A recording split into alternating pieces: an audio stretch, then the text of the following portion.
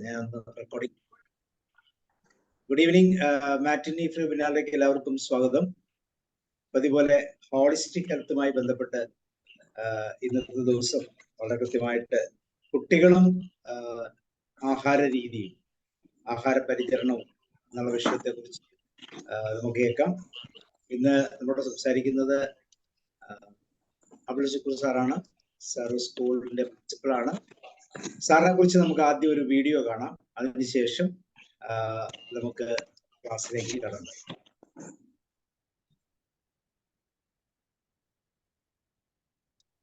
ഇത് ഓഫ് ചെയ്യണോ? വേണ്ട, ഒന്നും ചെയ്യണ്ട, ചെയ്തോ.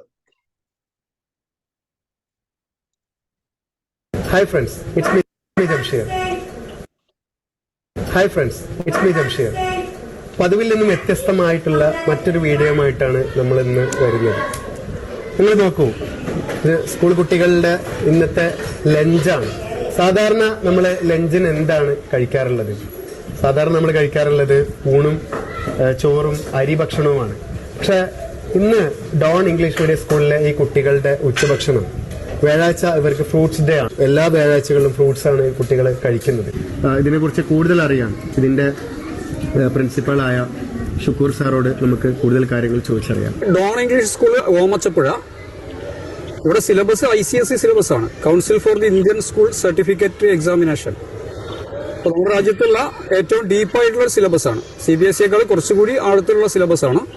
ഇത് പഠിക്കുന്നതുകൊണ്ട് കുട്ടികൾക്ക് പലപ്പോഴും പ്രൈമറി എഡ്യൂക്കേഷൻ കഴിഞ്ഞ് അതിന്റെ മുകളിലോട്ട് പോകുമ്പോൾ കൂടുതൽ എളുപ്പമായിട്ടും അതേപോലെ കൂടുതൽ ഡീപ്പായിട്ടും കാര്യങ്ങൾ മനസ്സിലാക്കാൻ കഴിയുന്നുണ്ടെന്നാണ് അനുഭവത്തിൽ ഉള്ള കുട്ടികളും രക്ഷിതാക്കളും പറയുന്നത്. പിന്നെ ഫ്രൂട്ട്സ് ഡേ എന്ന് പറയുന്നത് എല്ലാ വ്യാഴാഴ്ചകളിലാണ് ഫ്രൂട്ട്സ് ഡേ. ന്യൂട്രിയൻസ് കുട്ടികൾക്ക് ശരിക്കും കിട്ടുക എന്നുള്ളതാണ് അവിടെ ഉദ്ദേശിക്കുന്നത്. വ്യത്യസ്ത തരം 3-4 തരം ഫ്രൂട്ട്സ് ആണ് എല്ലാ വ്യാഴാഴ്ചകളിലും ലഞ്ചിന് വേണ്ടിയിട്ട് കുട്ടികൾ കൊണ്ടുവരിക. ഏകദേശം ഒരു 20 വർഷത്തിലേറെ ആയിട്ട്, സ്കൂൾ തുടങ്ങിയിട്ട് 25 വർഷത്തോളമായി, 23 വർഷത്തോളമായിട്ട് ഈ ലഞ്ചിന് എല്ലാ വ്യാഴാഴ്ചകളിലും ഫ്രൂട്ട്സ് ഡേ ആണ് ഇവിടെ നമ്മൾ ഫോളോ ചെയ്യുന്നത്. പിന്നെ അതേപോലെ സ്നാക്സ് പരിപാടി ഇവിടെ ഇല്ല.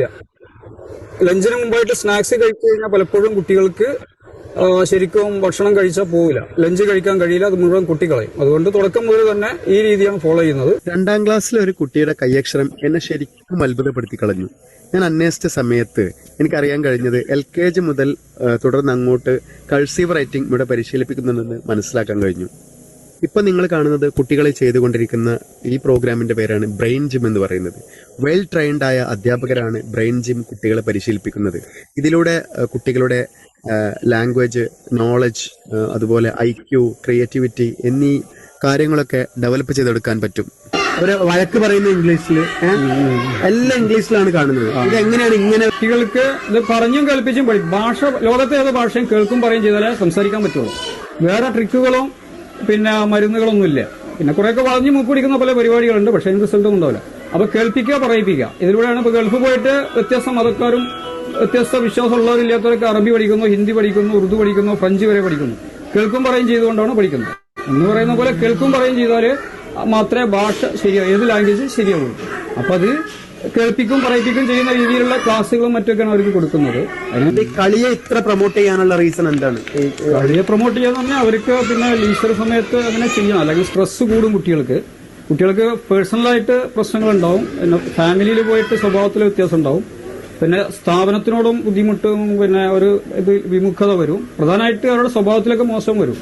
അപ്പൊ അതിന്റെ പേരിൽ ഇഷ്ടം പോലെ പിന്നെ അങ്ങനെയുള്ള ഹോർമോൺസും മറ്റൊക്കെ നന്നായിട്ട് ഉൽപ്പാദിപ്പിക്കും, മറ്റൊക്കെ ചെയ്യും, പിടിക്കൊക്കെയാണ്. പിന്നെ അവിടെ എനർജി ശരിക്കും അത് യൂട്ടിലൈസ് ചെയ്യണം. ഇങ്ങനെ കുറെ കാര്യങ്ങളുണ്ട്. ആ കളിക്കേണ്ട സമയത്ത് മെന്റൽ ഹെൽത്ത് നന്നായിട്ട്, അതെ, മെന്റൽ ഹെൽത്ത് നന്നാവുക എന്നുള്ളതാണ്. അതാണ് പ്രധാനമായിട്ട് ഉദ്ദേശിക്കുന്നത്. നല്ലൊരു ഭാവി ഉണ്ടാവട്ടെ. ഇവിടുന്ന് ഇറങ്ങുന്ന പ്രൊഡക്റ്റുകൾ ഇന്റർനാഷണൽ ലെവലിലേക്ക് എത്തട്ടെ എന്ന് ആത്മാർത്ഥമായി ആശംസിക്കുന്നു. ഓക്കെ, അപ്പൊ ഇതാണ് അബ്ദുൽ ഷുക്കൂർ സാർ. ഇന്നത്തെ ക്ലാസ് എടുക്കാൻ വേണ്ടി അബ്ദുൽ സാറിനെ ഞാൻ ക്ഷണിക്കുകയാണ്. Abdul sir, you are welcome. Yes, good evening. നമ്മുടെ ഇന്നത്തെ സബ്ജക്ട് ഇതാണ്. നമ്മൾ കഴിഞ്ഞ 2-3 ആഴ്ച മറ്റു മുമ്പ് ഒരു പിന്നെ ട്രെയിനിങ് കഴിഞ്ഞിരുന്നു. പിന്നെ രോഗങ്ങളില്ലാതെ ജീവിക്കാം എന്ന് പറഞ്ഞു. അപ്പൊ അതിന്റെ അതിനോട് ചാരിക്കൊണ്ട് തന്നെ ഇങ്ങനെ ഒരു സബ്ജക്ട് സാറ് പറഞ്ഞതാണ്. നമുക്കൊരു 1 hour അല്ലേ ഉള്ളത് അല്ലേ? അതെ സർ, 1 hour അതെ അല്ലേ? സർ. ഓക്കെ. ആ ആ അപ്പൊ നമുക്ക് കുട്ടികളും അല്ലെങ്കിൽ കുട്ടികള് രോഗങ്ങളില്ലാതെ എങ്ങനെ ജീവിക്കാം, അല്ലെങ്കിൽ കുട്ടികളും ആരോഗ്യവും എന്നൊക്കെയാണ് നമ്മുടെ സബ്ജക്ട്, എന്നൊക്കെ അതിന്റെ തീം അതാണ്. അപ്പൊ അതിൽ ആദ്യമായിട്ട് ഒരു ചോദ്യമാണ് ചോദിക്കാനുള്ളത്. കുട്ടികൾക്കായിട്ട് എന്തെങ്കിലും പ്രത്യേക ജീവിത രീതിയുണ്ടോ? കുട്ടികൾക്കായിട്ട് മാത്രം ഭൂലോകത്ത് പിന്നെ വലിയ മുതിർന്നവർക്കില്ലാത്ത എന്തെങ്കിലും പ്രത്യേക രോഗങ്ങളുണ്ടോ? അങ്ങനെ അത്രമാത്രം രോഗങ്ങളുണ്ടോ? അങ്ങനെ അവർക്കായിട്ട് മാത്രം വരുന്ന, അല്ലെങ്കിൽ അവർ ചെയ്യുന്നതായിട്ട് കുട്ടികൾ മാത്രം ചെയ്യുന്ന എന്തെങ്കിലും നിയമ ലംഘനങ്ങളുണ്ടോ സ്വന്തം ശരീരത്തോട്? സത്യത്തില് നിഷ്പക്ഷമായിട്ട് പഠിച്ചാൽ, തലച്ചോറ് പണയം വെക്കാത്ത രീതിയിൽ ശാസ്ത്ര അന്ധവിശ്വാസവും പാരമ്പര്യ അന്ധവിശ്വാസവും ഒഴിച്ചു നിർത്തിയാല് കാര്യങ്ങൾ വ്യക്തമായിട്ട് മനസ്സിലാക്കി കഴിഞ്ഞാൽ അങ്ങനെ ഒന്നും ഇല്ല എന്നാണ് 99% മനസ്സിലാക്കാൻ കഴിയുന്നത്. പിന്നെ കുട്ടികളുടേതായ വളരെ ചെറിയ തോതിൽ കുട്ടികളുടെ എന്ന് പറയാൻ പറ്റുന്ന, വേണമെങ്കിൽ പറയാവുന്ന കുറച്ച് കാര്യങ്ങളൊക്കെ ഉണ്ടായേക്കാം. അവർക്ക് മാത്രം വരുന്ന അവരുടെ പിന്നെ എന്നൊക്കെ വേണമെങ്കിൽ പറയാം. എന്ന് പറഞ്ഞാൽ പറയുന്നതാണ്, തെറ്റായ ജീവിത രീതിയും തെറ്റായ ജീവിത ശൈലിയും എന്ന് പറഞ്ഞാൽ ഭക്ഷണം എന്ന പേരിലോ പാനീയം എന്ന പേരിലോ ഒക്കെ അകത്തേക്ക് കൊടുക്കുന്ന തെറ്റായ സാധനങ്ങൾ കൊണ്ട് തന്നെയാണ് കുട്ടികൾക്കും രോഗങ്ങൾ ഉണ്ടാകുന്നത്. അപ്പൊ അതിലൊരു ചോദ്യത്തിനൊക്കെ വകയുണ്ട്. ഒന്നും പിന്നെ ഭക്ഷണമായിട്ട് വെറും മുലപ്പാൽ മാത്രം കുടിക്കുന്ന, വെറും 2 മാസം പ്രായമായ, അല്ലെങ്കിൽ 3 മാസം പ്രായമായ, 9 മാസം പ്രായമായ, അല്ലെങ്കിൽ 15 ദിവസം പ്രായമായ ചെറിയ കുഞ്ഞ്, ആ കുഞ്ഞിന് മലബന്ധം വരുന്നു, തുമ്മൽ വരുന്നു, മൂക്കൊലിപ്പ് വരുന്നു, പനി വരുന്നു, ഇങ്ങനെയൊക്കെ പലതും വരുന്നു. ആ കുട്ടി എന്ത് ഭക്ഷണം കഴിച്ചിട്ടാണ് ഇങ്ങനെയൊക്കെ സംഭവിക്കുന്നത്? ഈ പറയുന്നതിന് വല്ല അർത്ഥമുണ്ടോ? അതിന്റെ കാരണം അമ്മ ഭക്ഷണം എന്ന പേരിൽ ഏറ്റവും വൃത്തികെട്ട 6 ഭക്ഷണ സാധനങ്ങൾ അകത്തേക്ക് കൊടുക്കുന്നത് കൊണ്ടാണ് അങ്ങനെ സംഭവിക്കുന്നത്. ഫ്രിഡ്ജിൽ വെച്ചതും പഴയതും പുളിച്ചതും പിന്നെ അങ്ങനെ പലതും, പിന്നെ കുറെ കമ്പനി സാധനങ്ങളും പഴയ ഭക്ഷണങ്ങളും, പിന്നെ ശരീരത്തിന്റെ നിയമം അനുസരിച്ച് ശരീരത്തിൽ തീർത്തും മാലിന്യങ്ങളായി മാറുന്നതും, അല്ലെങ്കിൽ അത് ആ സാധനം തന്നെ മാലിന്യമായിട്ടുള്ള സാധനങ്ങളും, ഇങ്ങനെയൊക്കെ കഴിക്കുമ്പോൾ കുട്ടിക്ക് മലബന്ധം ഉണ്ടാവും. സ്വാഭാവികമായിട്ടും അവിടുത്തെ കുട്ടിയുടെ പ്രവർത്തനം, പിന്നെ ഈ ഡൈജസ്റ്റീവ് ആയിട്ടുള്ള സിസ്റ്റത്തിനൊക്കെ പ്രശ്നങ്ങൾ വരും. പിന്നെ ഒരു കുഞ്ഞെന്ന് പറഞ്ഞാൽ, ചെറിയ കുഞ്ഞിന്റെ കാര്യം പറഞ്ഞു, ഇൻഫന്റിന്റെ കാര്യം എടുക്കുകയാണെങ്കിൽ, ആ കുട്ടി ജനിച്ചു വരുമ്പോൾ അത് വളരെ ക്ലിയർ ആണ്, അതിന്റെ സിസ്റ്റം, പിന്നെ ബ്ലഡും മറ്റെല്ലാം വളരെ പ്യൂറാണ്. അപ്പൊ അതിലേക്ക് ഈ മോശപ്പെട്ട എന്തെങ്കിലും ചെറിയൊരു സാധനം ചെന്ന് കഴിഞ്ഞാൽ പോലും പെട്ടെന്ന് അതിന്റെ ഒരു തെറ്റായ നെഗറ്റീവായിട്ടുള്ള ഫലം കാണിക്കും. അതുകൊണ്ടാണ് പെട്ടെന്ന് അങ്ങനെ ഒക്കെ വരുന്നത്. പലപ്പോഴും വയറിളക്കം വരുന്നതും, അല്ലെങ്കിൽ പനി വരുന്നതും മറ്റും, അല്ലെങ്കിൽ പിന്നെ മലബന്ധം വരുന്നതൊക്കെ. അപ്പൊ ഈ കുട്ടികളുടെ പിന്നെ അമ്മ എന്താണോ കഴിക്കുന്നത് അതനുസരിച്ചിരിക്കും കുട്ടിയുടെ ആരോഗ്യവും അനാരോഗ്യവും. പിന്നെ അമ്മയുടെ മനസ്സ്, മുലപ്പാൽ കുടിക്കുന്ന കുട്ടിയൊക്കെ ആണെങ്കിലും ഈ അമ്മയുടെ മനസ്സ് ടെൻഷൻ ഉള്ളതോ, അല്ലെങ്കിൽ ദുഃഖമുള്ളതോ, കോപമുള്ളതോ, അതുപോലെയുള്ള അങ്ങനെയുള്ള പിന്നെ നെഗറ്റീവായിട്ടുള്ള വികാരങ്ങൾ അതും തന്നെ കുഞ്ഞിനെ ശരിക്കും ബാധിക്കും. പിന്നെ ഗർഭകാലത്ത് അമ്മയുടെ മനസ്സ് മറ്റും അതൊക്കെ തീർത്തും ബാധിക്കുന്നുണ്ട്, അത് വേറെ കാര്യമാണ്. പലപ്പോഴും അങ്ങനെയുണ്ട്. കുട്ടി പിന്നെ പലപ്പോഴും ഈ ADHD ആകുന്നതിന് കാരണം attention deficit hyper activity disorder എന്ന് പറയുന്നുണ്ടല്ലോ, അതൊരു കച്ചവടവൽക്കരിക്കപ്പെട്ട ഒരു പദമാണ്. അത് ചെറിയ തോതിൽ കുറച്ച് കുട്ടികൾക്കൊക്കെ അങ്ങനെ ഉള്ളത്. പക്ഷെ അതുള്ള പല കുട്ടികളെ, അതില്ലാത്ത പല കുട്ടികളെയും അതിന്റെ ചാപ്പടിച്ചിട്ടൊക്കെ പിന്നെ പലരും മരുന്ന് കൊടുത്തിട്ടൊക്കെ മരുന്ന് കച്ചവടത്തിനൊക്കെ വിധേയരാക്കുന്നുണ്ട്. അത് വേറെ വിഷയമാണ്. അത് സാധാരണ ആളുകളോട് പറഞ്ഞു കഴിഞ്ഞാൽ നമ്മളിട്ട് അടിപിടി കൂടാനൊക്കെ വരും. കാരണം മെഡിക്കൽ കോളേജിൽ പഠിച്ച അവര് പറയുന്നത് ആണ്, അത് മാത്രമല്ല വിശ്വസിക്കേണ്ടതുള്ളൂ എന്നൊക്കെയാണ് പൊതുസമൂഹം. അതിൽ ജാതിയും മതവും രാഷ്ട്രീയമൊന്നുമില്ല. ഒരു മലയാളി എന്ന് പറഞ്ഞ ആ ജീവി മനസ്സിലാക്കി വെച്ചിട്ടുള്ളത്. അതായത് പറ്റി കുറെ ഡീപ്പായിട്ട് സംസാരിക്കേണ്ട വേറെ വിഷയമാണ്. അത് ഇപ്പൊ പറയുന്നില്ല. അപ്പൊ ADHD ഉണ്ടാവാൻ കാരണം, അതേപോലെ പിന്നെ ഇതുണ്ടല്ലോ LD, ലേണിംഗ് ഡിസബിലിറ്റി, പഠനവൈകല്യത്തിന്റെ 85% കാരണം പാരമ്പര്യം തന്നെയാണ്. ഇത് നല്ല ഗർഭകാലത്തുള്ള കാര്യങ്ങളും പ്രശ്നങ്ങളൊക്കെ ഉണ്ട്, ഇല്ല എന്ന് പറയുന്നില്ല. 85% പാരമ്പര്യമാണ് അതിന്റെ കാരണം, LD. അതില് പിന്നെ ഇത് ഡിസ്ലെക്സിയ, അതേപോലെ ഡിസ്ഗ്രാഫിയ, ഡിസ്കാൽക്കുലിയ എന്നൊക്കെ പറയും. പിന്നെ വായനാ വൈകല്യം, എഴുത്തിലെ വൈകല്യം, കണക്കിലെ വൈകല്യം, ഇങ്ങനെയൊക്കെയുള്ള കാര്യങ്ങളുണ്ട്. പഴയ കാലത്തൊക്കെ കണ്ടിട്ടില്ലേ? ഇപ്പോൾ തന്നെ അത് നമ്മുടെ നാട്ടിൽ നിന്ന് അതിനെപ്പറ്റി കൂടുതൽ പഠനങ്ങൾ നടന്നിട്ടില്ല. പിന്നെ കണക്ക് കയറുന്നത് 2+2 2 കൂട്ടണം 2 എത്രയാണ് 22, 1 കൂട്ടണം 1 എത്രയാണ് 11. ഇങ്ങനെയൊക്കെ പറയും കുട്ടികള്. പഴയ കാലത്ത് കണ്ടിട്ടുണ്ടല്ലോ ചിലപ്പം. എന്തടാ മരമണ്ട, തലയിൽ ചകിരിച്ചോറാണോ കളിമണ്ണാണോ എന്നൊക്കെ ചോദിച്ചിട്ട് ടീച്ചറും മാഷൊക്കെ അവനെ അടിച്ച് തൂഫാനാക്കും. അപ്പൊ ചിലപ്പോൾ 4 അല്ലെങ്കിൽ 3 കൂടിയിട്ടൊക്കെ പഠിപ്പ് നിർത്തി പോകും. പഴയ കാലത്ത് 70-കളിലൊക്കെ അങ്ങനെയൊക്കെ ഉണ്ട്. അതിന്റെ കാരണം ആ കുട്ടിയൊന്നുമല്ല, കുട്ടിക്ക് പിന്നെ തലച്ചോറിൽ കയറാത്തതുകൊണ്ടാണ്. അപ്പൊ അങ്ങനെ കുറെ കാര്യങ്ങളുണ്ട്. അതുപോലെ എഴുത്ത് ശരിയാവാത്തത്, വായന ശരിയാവാത്തത്, ഇവന് മറ്റെല്ലാത്തിനും കഴിയും, പക്ഷെ ഇത് പിന്നെ ഇങ്ങനെ ചെയ്യുന്നു എന്നൊക്കെ പറഞ്ഞിട്ട് അതിന്റെ കാരണം കൃത്യമായിട്ട് ഇതാണ് ADHD, പിന്നെ ലേണിംഗ് ഡിസോർഡർ ആണ്, ലേണിംഗ് ഡിസബിലിറ്റി ആണ്, പഠന വൈകല്യമാണ് അതിന്റെ കാരണം. അപ്പൊ അതിന് വരെ ചെറിയ തോതിൽ ഗർഭകാലത്തെ കാര്യങ്ങൾ ഈ പ്രശ്നങ്ങൾ പിന്നെ കാരണമാവുന്നുണ്ട്. അപ്പൊ നമ്മൾ പറഞ്ഞു വരുന്നത് ഇൻഫൻസിന്റെ കാര്യമാണ്, ഏറ്റവും ചെറുതാണ്. അപ്പൊ ആദ്യം പറയും. അപ്പൊ ഈ കുട്ടിക്ക് പിന്നെ ഈ ചെറിയ കുഞ്ഞിന് ഇങ്ങനെയൊക്കെ വരുന്നത് അമ്മ തെറ്റായ ഭക്ഷണവും തെറ്റായ പിന്നെ പാനീയങ്ങൾ കഴിക്കുന്നതും അതേപോലെ തെറ്റായിട്ടുള്ള നെഗറ്റീവായിട്ടുള്ള മാനസികാവസ്ഥകള്, ഇമോഷൻസ് കൊണ്ടു നടക്കുന്നതും കുട്ടിയുടെ ഈ ചെറിയ കുഞ്ഞിന്റെ രോഗത്തിന് കാരണമാവും. ഇനി കുഞ്ഞിന് തീരെ വയറ്റിൽ നിന്ന് പോകുന്നില്ല എങ്കിൽ ആദ്യം ചെയ്യേണ്ടത് അമ്മ പേരക്ക കഴിക്കുകയാണ് വേണ്ടത്. അമ്മയുടെ ശരീരത്തിന് ശരിയായ രീതിയിൽ ദഹനം നടക്കുന്ന സമയത്ത് കഴിക്കുക. വേവിച്ച ഭക്ഷണം കഴിച്ചിട്ടല്ല, അതിന്റെ മുമ്പായിട്ട് പേരക്ക കഴിക്കുക. എന്ന് പറഞ്ഞാൽ വയറ് കാലിയായ സമയത്ത് കഴിക്കുന്നതാണ് പെട്ടെന്ന് തന്നെ ശരീരം പിടിച്ചെടുക്കുക. പിന്നെ ഫ്രൂട്ട്സ് ഒക്കെ കഴിക്കുമ്പോൾ കഴിയുന്നത് ഉച്ചയ്ക്ക് മുമ്പായിട്ട് കഴിക്കുന്നതാണ് ശരീരത്തിന് ഏറ്റവും നല്ലത്. കൊടുക്കുന്ന കാശ് മുതലാവണ്ടേ. കാരണം ലോകത്തെ മനുഷ്യന്റെ ഒന്നാമത്തെ ഭക്ഷണം പഴങ്ങളാണ്. അത് കഴിഞ്ഞിട്ടേ ബാക്കിയെല്ലാം പിന്നെ ഭക്ഷണം ഉള്ളൂ. പഴങ്ങളാണ് ഏറ്റവും പിന്നെ സെല്ലുലർ ആയിട്ടുള്ള ഫുഡ്. അപ്പൊ അതിൽ കുറെ വിഷങ്ങളില്ലേ മറ്റില്ലേ എന്നൊക്കെ ചോദിക്കും. അതൊക്കെ പഴയ കാലത്തെ അപേക്ഷിച്ച് കുറെ വിഷങ്ങളൊക്കെ ഉണ്ട്, ശരി തന്നെയാണ്. പരമാവധി കഴുകിയും മറ്റൊക്കെ കഴിക്കുക. ഇനി അത് കഴിച്ചിട്ടില്ല എങ്കിൽ വൈറ്റമിൻസും മിനറൽസും കിട്ടുന്ന വേറെ സോഴ്സ് എന്താണ് ഉള്ളത് അവർക്ക്, ഇങ്ങനെ ബാധിക്കുന്നവർക്ക് അത് പറയാം. നമ്മൾ അതിലേക്ക് പോയിക്കോളാം, നോ പ്രോബ്ലം. അപ്പൊ ശരീരത്തിന് കിട്ടേണ്ട വൈറ്റമിൻസും മിനറൽസും ഈ പഴങ്ങളിൽ നിന്ന് കിട്ടേണ്ട, അപ്പൊ ചോദിക്കും പച്ചക്കറിയിൽ നിന്ന് കിട്ടുന്നില്ലേ? പച്ചക്കറിയിൽ നിന്ന് കിട്ടുന്നുണ്ട്, പച്ചക്കറി കഴിക്കേണ്ടത് തന്നെയാണ്. പക്ഷെ ഒന്നാമതായിട്ട് മനുഷ്യന് വേണ്ടത് ഇതാണ്. അപ്പൊ നമ്മളെ എല്ലാവരെയും പട്ടിണി കിട്ടു. അങ്ങനെ പിന്നെ കൂട്ടത്തില് മൊത്തത്തിൽ വിട്ടു, എല്ലാവരെയും ഒരു ദിവസം അങ്ങനെ വിട്ടപ്പോ അങ്ങനെ ഓടിയാ നടന്നൊക്കെ വെച്ച് പോവാണ്. അപ്പൊ അങ്ങനെ പോയപ്പോണ്ട് പിന്നെ ഒരാൾ പോത്തിറച്ചി വെക്കുന്നു, ഒരാൾ ആട്ടിറച്ചി, കോഴിയിറച്ചി, മത്തി, സ്രാവ്, പിന്നെ ഉണക്കമീൻ, അയില, പിന്നെ ഉണക്ക സ്രാവ്, അതിന്റെ അപ്പുറത്തുണ്ട് കുറെ മുന്തിരി, ആപ്പിളും നേന്ത്രപ്പഴവും ഒക്കെ ഉണ്ട്. ഓടിപ്പോയിട്ട് എന്താ കഴിക്കുക? പിന്നെ ഉണക്ക സ്രാവാണ് കഴിക്കുക നമ്മള്? അല്ലല്ലോ, സാധാരണ അപ്പെടുത്ത് കഴിക്കണം. പിന്നെ അപ്പുറത്തെ കടയിൽ അരിയുണ്ട്, പഞ്ചസാര, പിന്നെ മുളക്, മല്ലി, കടല, കാബൂളി കടല എല്ലാം ഉണ്ട്. പിന്നെ സ്പൈസസ് ഉണ്ട്. അപ്പുറത്തെ കടയിൽ കുറെ പഴങ്ങളൊക്കെ ഉണ്ട്. പൈസ ചിലയിടത്തൊക്കെ പൈസ ഉണ്ട്, ചിലയിടത്തൊക്കെ പൈസ ഇല്ല. ഇങ്ങനെയൊക്കെയാണ്. നമ്മളെ ഏറ്റവും ആദ്യം എന്താ പോയിട്ട് കഴിക്കുക? പഴങ്ങളല്ലേ കഴിക്കുക. സാധാരണഗതിയിൽ മനുഷ്യന് സാധാരണ അങ്ങനെ തോന്നുക, ഞാൻ പറയും സാധാരണഗതിയിലുള്ളതാണ് ഞാൻ പറയുന്നത്. അപ്പൊ മനുഷ്യന് അതിന്റെ ഒന്നാമത്തെ ഭക്ഷണം പഴമാണ്. പിന്നെ വൈറ്റമിൻസും മിനറൽസും കിട്ടല് പഴങ്ങളിൽ നിന്നാണ് മനുഷ്യനത് കിട്ടുക.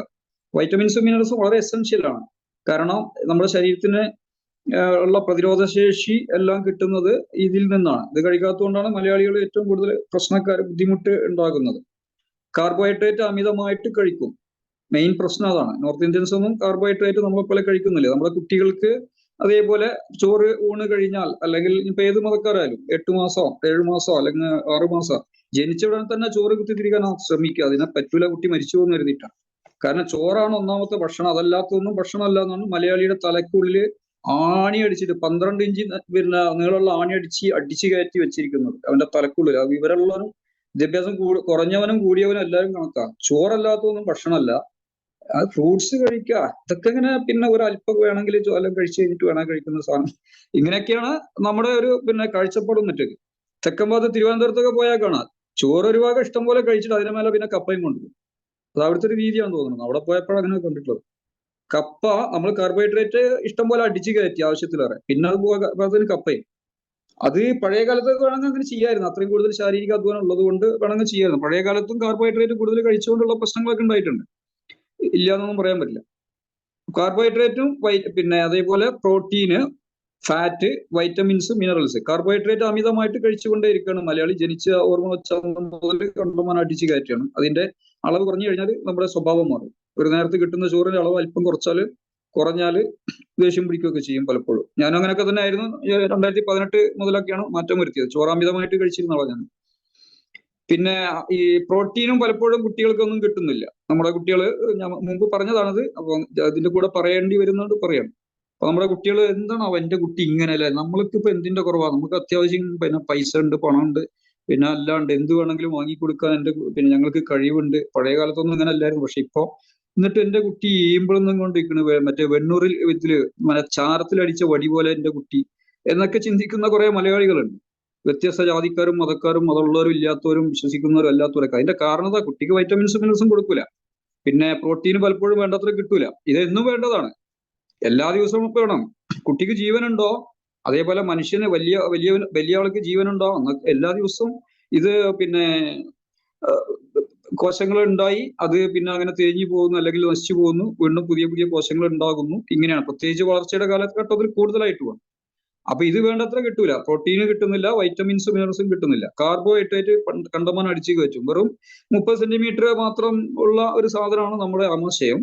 അതിലേക്ക് പിന്നെ ചോറ് അങ്ങോട്ട് അടിച്ചങ്ങോട്ട് കയറ്റുക. അപ്പൊ അതിങ്ങനെ വലുതാകും. അതൊരു ഇലാസ്റ്റികത ഉള്ള സാധനമാണല്ലോ. അപ്പൊ ആ അളവിൽ പിന്നെ ചെന്നിട്ടില്ലെങ്കിൽ നമ്മുടെ പിന്നെ ചോറ് ചെല്ലാതിരിക്കുകയാണെങ്കിൽ നമ്മുടെ സ്വഭാവമൊക്കെ മാറും. അവിടെ കല്യാണത്തിന് പോയി അവിടെ കുറച്ച് ചോറ് കിട്ടിയ അവിടെ പിന്നെ ഹോട്ടലിൽ പോയിട്ട്, നമ്മുടെ സീവൻസ് ഹോട്ടൽ അല്ലെങ്കിൽ സബിത ഹോട്ടലിൽ പോയിട്ട് അവിടുന്ന് ഊണ് കഴിക്കാം, അല്ലെങ്കിൽ പച്ചക്കറി ബിരിയാണി ഉണ്ടാവും, അല്ലെങ്കിൽ അവിടുന്ന് നല്ല ചോറ് കഴിച്ചു പോകണം. അവനോടുള്ള പകരം കിട്ടണം ചോറ്. അത് നോർത്ത് ഇന്ത്യൻസിന്റെ അളവൊക്കെ വെച്ചിട്ട് ചിലപ്പോൾ കണക്ക് ശരിയായിരിക്കാം. ഇവിടെ എന്തോ കുറവ് വന്നാലും നമ്മളൊക്കെ ഒരു രീതി അങ്ങനെയാണല്ലോ. അപ്പൊ അമിതമായിട്ട് കഴിച്ച് ശീലിച്ചത് കൊണ്ട് ഇങ്ങനെ ആകുന്നു. അതുകൊണ്ട് തന്നെ മെറ്റബോളിസം ഒരു 32, 35, 36 വയസ്സോട് കൂടിയിട്ട് മെറ്റബോളിസം കംപ്ലീറ്റ് തകരാറാകുന്നു. അതോടെ പിന്നെ പ്രഷർ വരുന്നു. ഫുഡ് പ്രഷറാണ്, ബ്ലഡ് പ്രഷർ അല്ല. ശരിക്ക് ഫുഡ് കൊണ്ടുള്ള പ്രഷറാണ് വരുന്നത്. പ്രഷറിന് വേണ്ടിയിട്ട് നമ്മൾ ഭക്ഷണം കഴിക്കും, അതുകൊണ്ട് പ്രഷർ അല്ല വരുന്നത്. അപ്പൊ പ്രഷർ തോന്നും, പിന്നെ പ്രഷറായിട്ട് വരും. ഫുഡ് പ്രഷർ ആണ് ശരിക്ക്. അതിന്റെ ബ്ലഡ് പ്രഷർ എന്നാണ് നമ്മൾ പറയാറ്. മലയാളി പറയും ബ്ലഡ് പ്രഷർ എന്ന്. ശരിക്കും ഫുഡിന് കൊണ്ടുള്ള പ്രഷറാണ് വരുന്നത്. അപ്പൊ നമ്മുടെ കുട്ടികൾക്കല്ല വലിയവർക്കും അങ്ങനെ തന്നെ. ഈ കുട്ടിയാണല്ലോ വലിയ പിന്നായിട്ട് വരുന്നത്. അവരെല്ലാം ഇങ്ങനെ തന്നെ. ചിലർ പ്രോട്ടീൻ കുറച്ച് അമിതമായിട്ട് കഴിക്കുക, ഇറച്ചിയോ മീനോ മറ്റൊക്കെ അമിതമായിട്ട് കഴിച്ചുള്ള പ്രശ്നങ്ങൾ ഉണ്ടാവാറുണ്ട്. പക്ഷെ അത് തന്നെ ഇടയ്ക്കൊക്കെ അങ്ങനെ സ്ഥിരമായിട്ട് പ്രോട്ടീൻ കഴിക്കണം. അതുപോലെ വൈറ്റമിൻസും മിനറൽസും ഓണത്തിനും വിഷുവിനും എന്തെങ്കിലുമൊക്കെ അല്ല, പെരുന്നാൾ നല്ല കഴിക്കേണ്ടത്. ഈ ഫ്രൂട്ട്സ് ദിവസവും കഴിക്കേണ്ടതാണ്. അപ്പൊ അത് കഴിക്കാതിരിക്കുന്നത് കൊണ്ട് പലപ്പോഴും കുട്ടികൾക്ക് പ്രതിരോധശേഷി കുറയും, എന്നും ഇങ്ങനെ മൂക്കൊലിച്ചു കൊണ്ടിരിക്കും, ഇടയ്ക്കിടയ്ക്ക് പനി വരും, പലജാതി പ്രശ്നങ്ങളൊക്കെ ഉണ്ടാവും. ചിലർക്ക് ചുരുക്കം ചില കുട്ടികൾക്ക് ജന്മനാ തന്നെ ചില പ്രശ്നങ്ങളൊക്കെ ഉണ്ടായേക്കാം. അതും തന്നെ ഒരു പരിധി വരെയൊക്കെ ശരിയാക്കി എടുക്കാൻ കഴിയും. അപൂർവം ചില കുട്ടികൾക്ക് അങ്ങനെയൊക്കെ ഉണ്ടാവും. പിന്നെ ഈ മൂക്കൊലിപ്പ് വരിക, എപ്പോഴും ജലദോഷം എന്നൊക്കെ പറയുന്നത് വളരെ നീറ്റായിട്ട് ജീവിക്കുന്നു, എന്നിട്ട് ഇങ്ങനെ വരുന്നു എന്നൊക്കെ പറയുന്നത്, ഇങ്ങനെ തലയിൽ വെയിലടിച്ചു കഴിഞ്ഞാൽ അവന് അസുഖം, ചിലപ്പോൾ പനി അല്ലെങ്കിൽ മൂക്കടപ്പ് അല്ലെങ്കിൽ ചുമ. ഇനി മഴ കൊണ്ടാലോ അതും പ്രശ്നമാണ്. അതിന്റെ കാരണം എന്താ?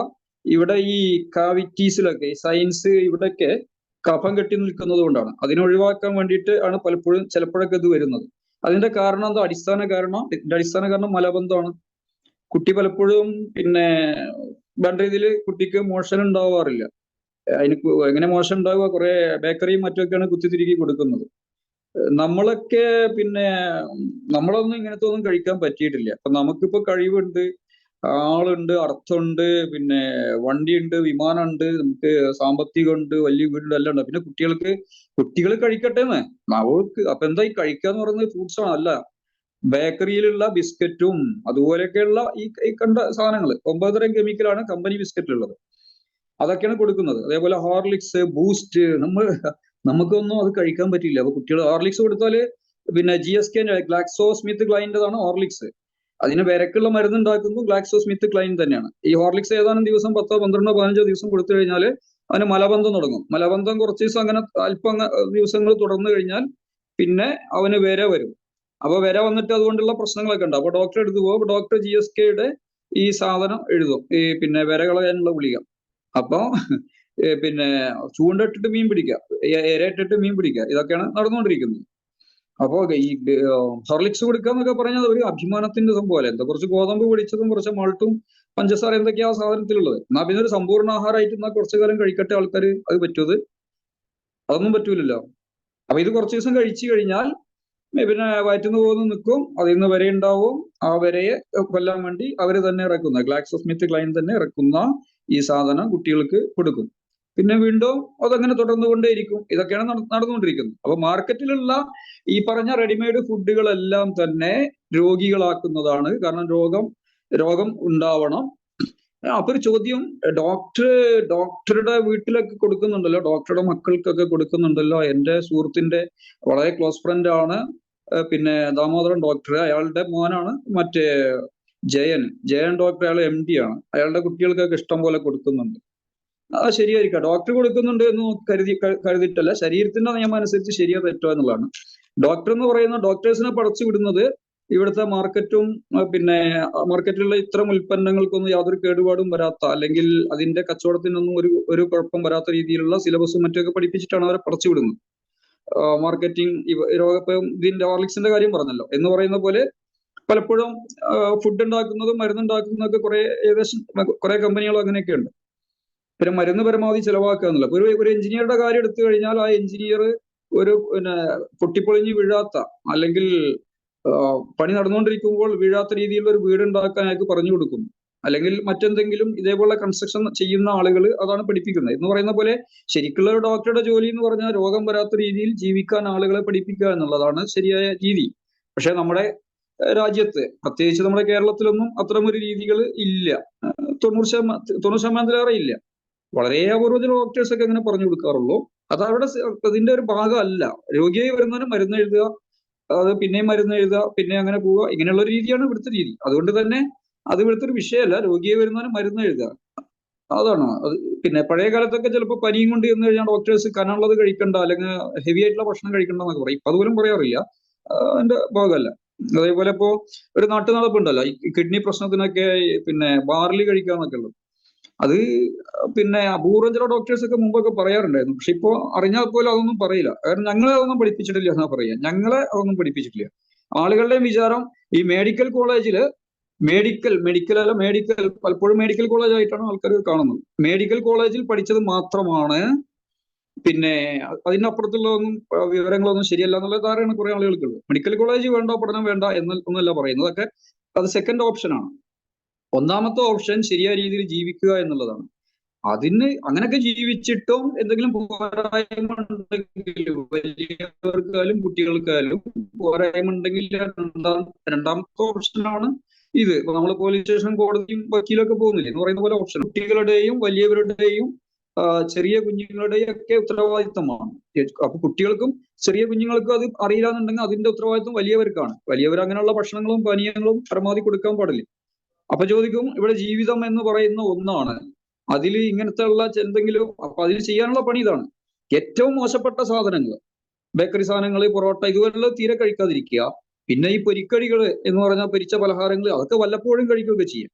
ഒരു ലഡു, അത് എന്തെങ്കിലും ഒരു ലഡു ഒക്കെ കഴിക്കുന്നതാണ് ചിലപ്പോൾ കുഴപ്പമുണ്ടായില്ല എന്ന് വരാം. പക്ഷെ സ്ഥിരമായിട്ട് അത് കഴിക്കുക. അപ്പൊ ജീവിതമാണ്, ഇവിടെ ജീവിച്ചിട്ട് മനുഷ്യൻ എന്തായാലും ചത്തുപോകും. എന്താണ് ലഡുവിന്റെ ഒരു രുചി, എന്താണ് മൈസൂർ പാക്ക്, അല്ലെങ്കിൽ ആ ബിസ്ക്കറ്റ് എന്താണ്, ഇങ്ങനെ അതിന്റെ രുചി അറിയാൻ വേണ്ടി, അല്ലെങ്കിൽ നെയ്യപ്പം അല്ലെങ്കിൽ പഴംപൊരി, അത് എല്ലാ ദിവസവും അത് ഉണ്ടാക്കി കഴിക്കുകയോ കുട്ടികൾക്ക് കൊടുക്കുകയോ ഒക്കെ ചെയ്തു കഴിഞ്ഞാൽ അത് വിവരം അറിയും എന്ന് പറഞ്ഞാൽ രോഗിയാവും. അത് വല്ലപ്പോഴൊക്കെ കഴിക്കുക, അത് തന്നെ അതൊരു നേരത്തെ ഭക്ഷണമാക്കിയിട്ട് കഴിക്കുക. ഞങ്ങളൊക്കെ വീട്ടിൽ പഴംപൊരിയൊക്കെ ഉണ്ടാക്കുകയാണെങ്കിൽ അങ്ങനെ അതൊരു നേരത്തെ ഭക്ഷണമാക്കും.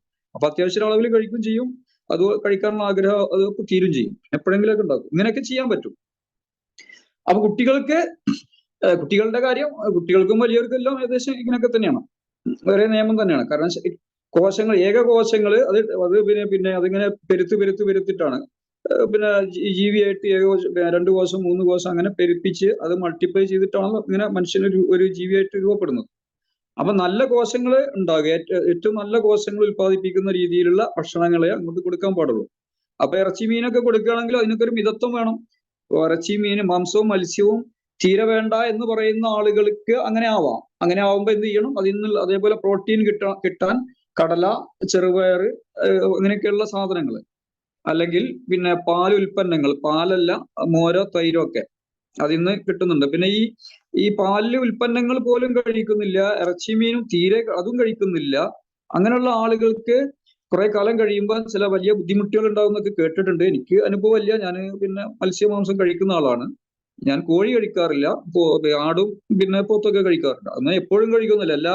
എല്ലാ വെള്ളിയാഴ്ചയും പോത്തിറച്ചി വാങ്ങിയില്ലെങ്കിൽ ദീനുൽ ഇസ്ലാം എന്ന് പുറത്താണെന്നുള്ള അങ്ങനത്തെ ഒരു നിയമം എന്റെ വീട്ടിലൊന്നുമില്ല. ഞങ്ങളിങ്ങനെ വല്ലപ്പോഴൊക്കെ വാങ്ങും. മീൻ സ്ഥിരമായിട്ട് വാങ്ങും, അതൊരു മിതമായിട്ടൊക്കെ. പോത്തിറച്ചി എപ്പോഴൊന്നും വാങ്ങില്ല. കോഴി പിന്നെ ഒരു വീട്ടുകാർ വാങ്ങാറുണ്ട് എപ്പോഴെങ്കിലൊക്കെ, അതുപോലെ എപ്പോഴും വാങ്ങില്ല.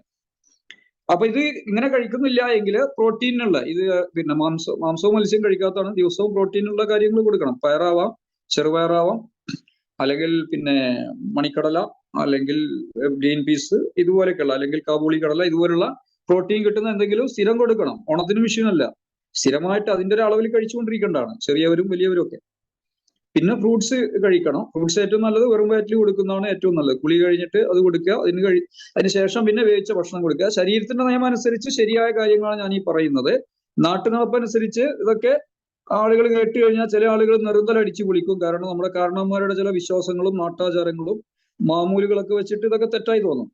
ഇപ്പം പിന്നെ രോഗങ്ങളില്ലാതെ ജീവിക്കാൻ ആഗ്രഹിക്കുന്ന ഒരാള് ശരീരത്തിലെ കോശങ്ങളെ പിന്നെ നിർമ്മിക്കുകയും അതേപോലെ കോശങ്ങളിലുള്ള ടോക്സിൻസിനെ എടുത്ത് പുറന്തള്ളുകയും ചെയ്യുന്ന സാധനമാണ് കഴിക്കേണ്ടത്. അതാണ് ശരീരത്തിന്റെ നിയമം അനുസരിച്ച് ഭക്ഷണം. അപ്പൊ എനിക്ക് നല്ല ശരീരം വേണം, എനിക്ക് സ്വസ്ഥമായ ശരീരം വേണം, ഞാൻ മരിച്ചു പോകുന്നത് വരെ അങ്ങനെ ജീവിക്കണം എന്ന ഒരു ആഗ്രഹമുള്ള ഒരാൾ ചെയ്യേണ്ടത് എന്താണ്? അപ്പൊ അയാൾ നല്ല കോശങ്ങൾ രൂപപ്പെടുന്ന രീതിയിലുള്ള ജീവിത രീതി ജീവിക്കണം. നല്ല കോശങ്ങൾ ഉണ്ടായാൽ നല്ല സെല്ലുകൾ എന്ന് പറഞ്ഞാൽ നല്ല കോശങ്ങൾ ഉണ്ടാവും. കുറെ നല്ല കോശങ്ങൾ കൂടിക്കഴിഞ്ഞാൽ നല്ല കലകൾ ഉണ്ടാവും. കുറെ നല്ല കലകൾ കൂടിക്കഴിഞ്ഞാൽ നല്ല ഓർഗൻസ് ഉണ്ടാവും. നല്ല ഓർഗൻസ് കൂടിക്കഴിഞ്ഞാൽ നല്ല സിസ്റ്റം ഉണ്ടാവും. നല്ല സിസ്റ്റം കൂടിക്കഴിഞ്ഞാൽ നല്ല ബോഡി. കുറെ സിസ്റ്റം കൂടിയതാണ് നല്ലൊരു ബോഡി എന്ന് പറയുന്നത്. അപ്പൊ ഈ കാണുന്ന ബോഡി ഇപ്പൊ നമ്മുടെ കമ്പനി ഒരു വലിയ കമ്പനി, 1500 ആളുകൾ മൊത്തം പണിയെടുക്കുന്നുണ്ട്.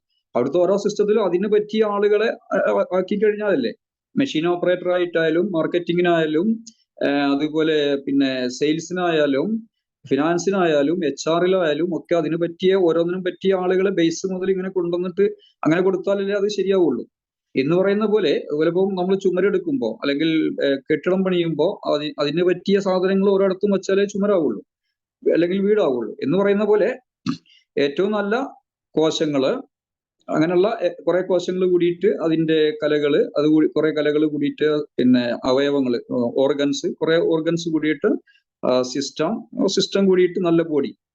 ഇതാണ് ഇതിന്റെ സത്യം. ഇത്രയേ ഉള്ളൂ. അപ്പൊ ഇങ്ങനെ വേണമെന്നുണ്ടെങ്കിൽ ആ രീതിയിലുള്ള ഭക്ഷണങ്ങളും പാനീയങ്ങളുമാണ് കഴിക്കേണ്ടത്. കുട്ടികൾക്ക് കഫക്കെട്ട് ഉണ്ടാകുന്നു. അതിന്റെ പ്രധാന കാരണം ഒരിക്കൽ കഴിച്ച ഭക്ഷണം ദഹിക്കാതെ വീണ്ടും കൊടുക്കുന്നു. ഈ പിന്നെ അമ്പലത്തിലും പള്ളി പെരുന്നാളിനൊക്കെ ഈ ഇതുണ്ടല്ലോ, പള്ളിയിലൊക്കെ കദീനക്ക് മരുന്ന് കയറ്റുന്ന പോലെ കുത്തിത്തിരിക്കുകയാണ്. ഇങ്ങനെ കുത്തിത്തിരിക്കുക എന്റെ കുട്ടിക്ക് ആരോഗ്യം ഉണ്ടാവും എന്നൊക്കെയുള്ള മിഥ്യാധാരണയാണ് പലപ്പോഴും വിവരം ഉള്ളവനും ഇല്ലാത്തവനൊക്കെ, വിദ്യാഭ്യാസം കൂടിയവനും കുറഞ്ഞവനൊക്കെ. അപ്പൊ അത് നിരന്തരം കൊടുക്കുമ്പോൾ അത് ദഹിക്കാത്ത നല്ലൊരു ശതമാനം ഭക്ഷണം കഫമായിട്ട് മാറും. അല്ലാതെ കഫം നാട്ടുകാർ ആരെങ്കിലും പിന്നെ അവിടെ ലോറിക്ക് കൊണ്ടുവന്നിട്ട് കുട്ടിയുടെ അകത്ത് കുത്തിക്കയറ്റുന്നൊന്നുമല്ല, ശരീരത്തിൽ നിന്ന് രൂപപ്പെടുന്നതാണ്. പിന്നെ സൂര്യനില്ലാത്ത സമയത്ത് കഴിക്കുന്ന നല്ലൊരു ശതമാനം ഭക്ഷണം കഫമായിട്ട് മാറുന്നുണ്ട്. സൂര്യനില്ലാത്ത സമയത്ത് ദാനം വളരെ പിന്നെ സ്ലോ ആയിട്ടാണ് നടക്കുക. അപ്പോ ശരീരത്തിന്റെ അകത്തെത്തിയ സാധനത്തിനെ ശരീരം കഫരൂപത്തിലാക്കി എടുത്തു വെക്കും. അത് നമ്മുടെ ലങ്സിലാവാം, അല്ലെങ്കിൽ ഇവിടെ ഇങ്ങനെയൊക്കെയുള്ള ഭാഗങ്ങളിലോ സയൻസിലോ ഇവിടെയൊക്കെ ആവാം, പലയിടത്തും ഉണ്ടാവാം. പിന്നെ ഇവിടെയൊക്കെ ഉണ്ടാവുന്നെന്ന് പറഞ്ഞാല് ഇങ്ങനെ ഒരു സംഭവം കൂടി ഉണ്ട്. ഈ പറഞ്ഞ ഈ കഫത്തിന്റെ പ്രശ്നം എന്ന് പറഞ്ഞത് ഇങ്ങനെ വരുന്നു.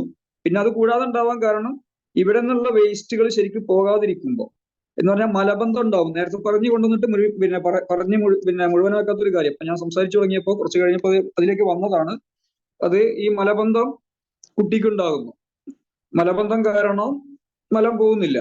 മലം താഴെ നിന്നുള്ളത് പോകുന്നില്ല എങ്കിൽ മേലെ നിന്നുള്ള മലവും പോകുന്നില്ല. അപ്പൊ നമുക്ക് ചെവിയിൽ നിന്നുള്ള മലമുണ്ട്, കണ്ണിൽ നിന്ന്, അതേപോലെ തലച്ചോറിൽ നിന്നൊക്കെ ഉണ്ട്. ഇവിടെ ഒരു പിന്നെ പ്രോസസ്സ് നടക്കുന്നുണ്ടല്ലോ. അപ്പൊ എന്തായാലും അതിൻ്റെതായ വേസ്റ്റുകൾ ഉണ്ടാവും, അത് ഉറപ്പല്ലേ. ആ വേസ്റ്റുകൾ താഴെ, ഇപ്പൊ നമ്മള് ഒരു കെട്ടിടത്തിൽ നിന്ന് ഇറങ്ങി പോരുമ്പോൾ താഴെയുള്ള ആ സ്റ്റെയർ കേസിലുള്ള ആളുകൾ, താഴെയുള്ള സ്റ്റെയർ കേസിലുള്ള ആളുകൾ ഇറങ്ങിയാലേ മേലുള്ളവർക്ക് ഇറങ്ങി പോരാൻ കഴിയുള്ളൂ. അല്ലെങ്കിൽ അങ്ങോട്ട് ഇറങ്ങി പോരാൻ പറ്റില്ല. അതേസമയം നമ്മൾ മലബന്ധം കാരണം ശരിക്കും മലം പോകുന്നില്ല, നമ്മുടെ വയറ്റിൽ നിന്നുള്ള മലം ശരിക്കും പോകുന്നില്ല. അപ്പൊ അങ്ങനെ ആകുമ്പോൾ ഇവിടെ ഉള്ളത് അവിടെ തന്നെ കെട്ടി നിൽക്കും.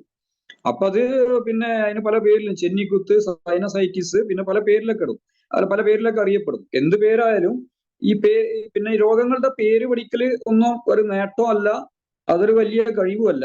രോഗങ്ങളില്ലാതെ ജീവിക്കുക എന്നുള്ളതാണ്, നമുക്കുള്ള ബുദ്ധിമുട്ടുകൾ ഇല്ലാതെ ജീവിക്കുക എന്നുള്ളതാണ് മനുഷ്യൻ. അതിലാണ് ഫോക്കസ് ചെയ്യേണ്ടത്. രോഗങ്ങളെ പറ്റി ചിന്തിച്ച് അതേപ്പറ്റി വേവലാതിപ്പെട്ട് നിൽക്കുന്ന രോഗങ്ങളെ വരികയുള്ളൂ. അതിൽ യാതൊരു സംശയവും വേണ്ട.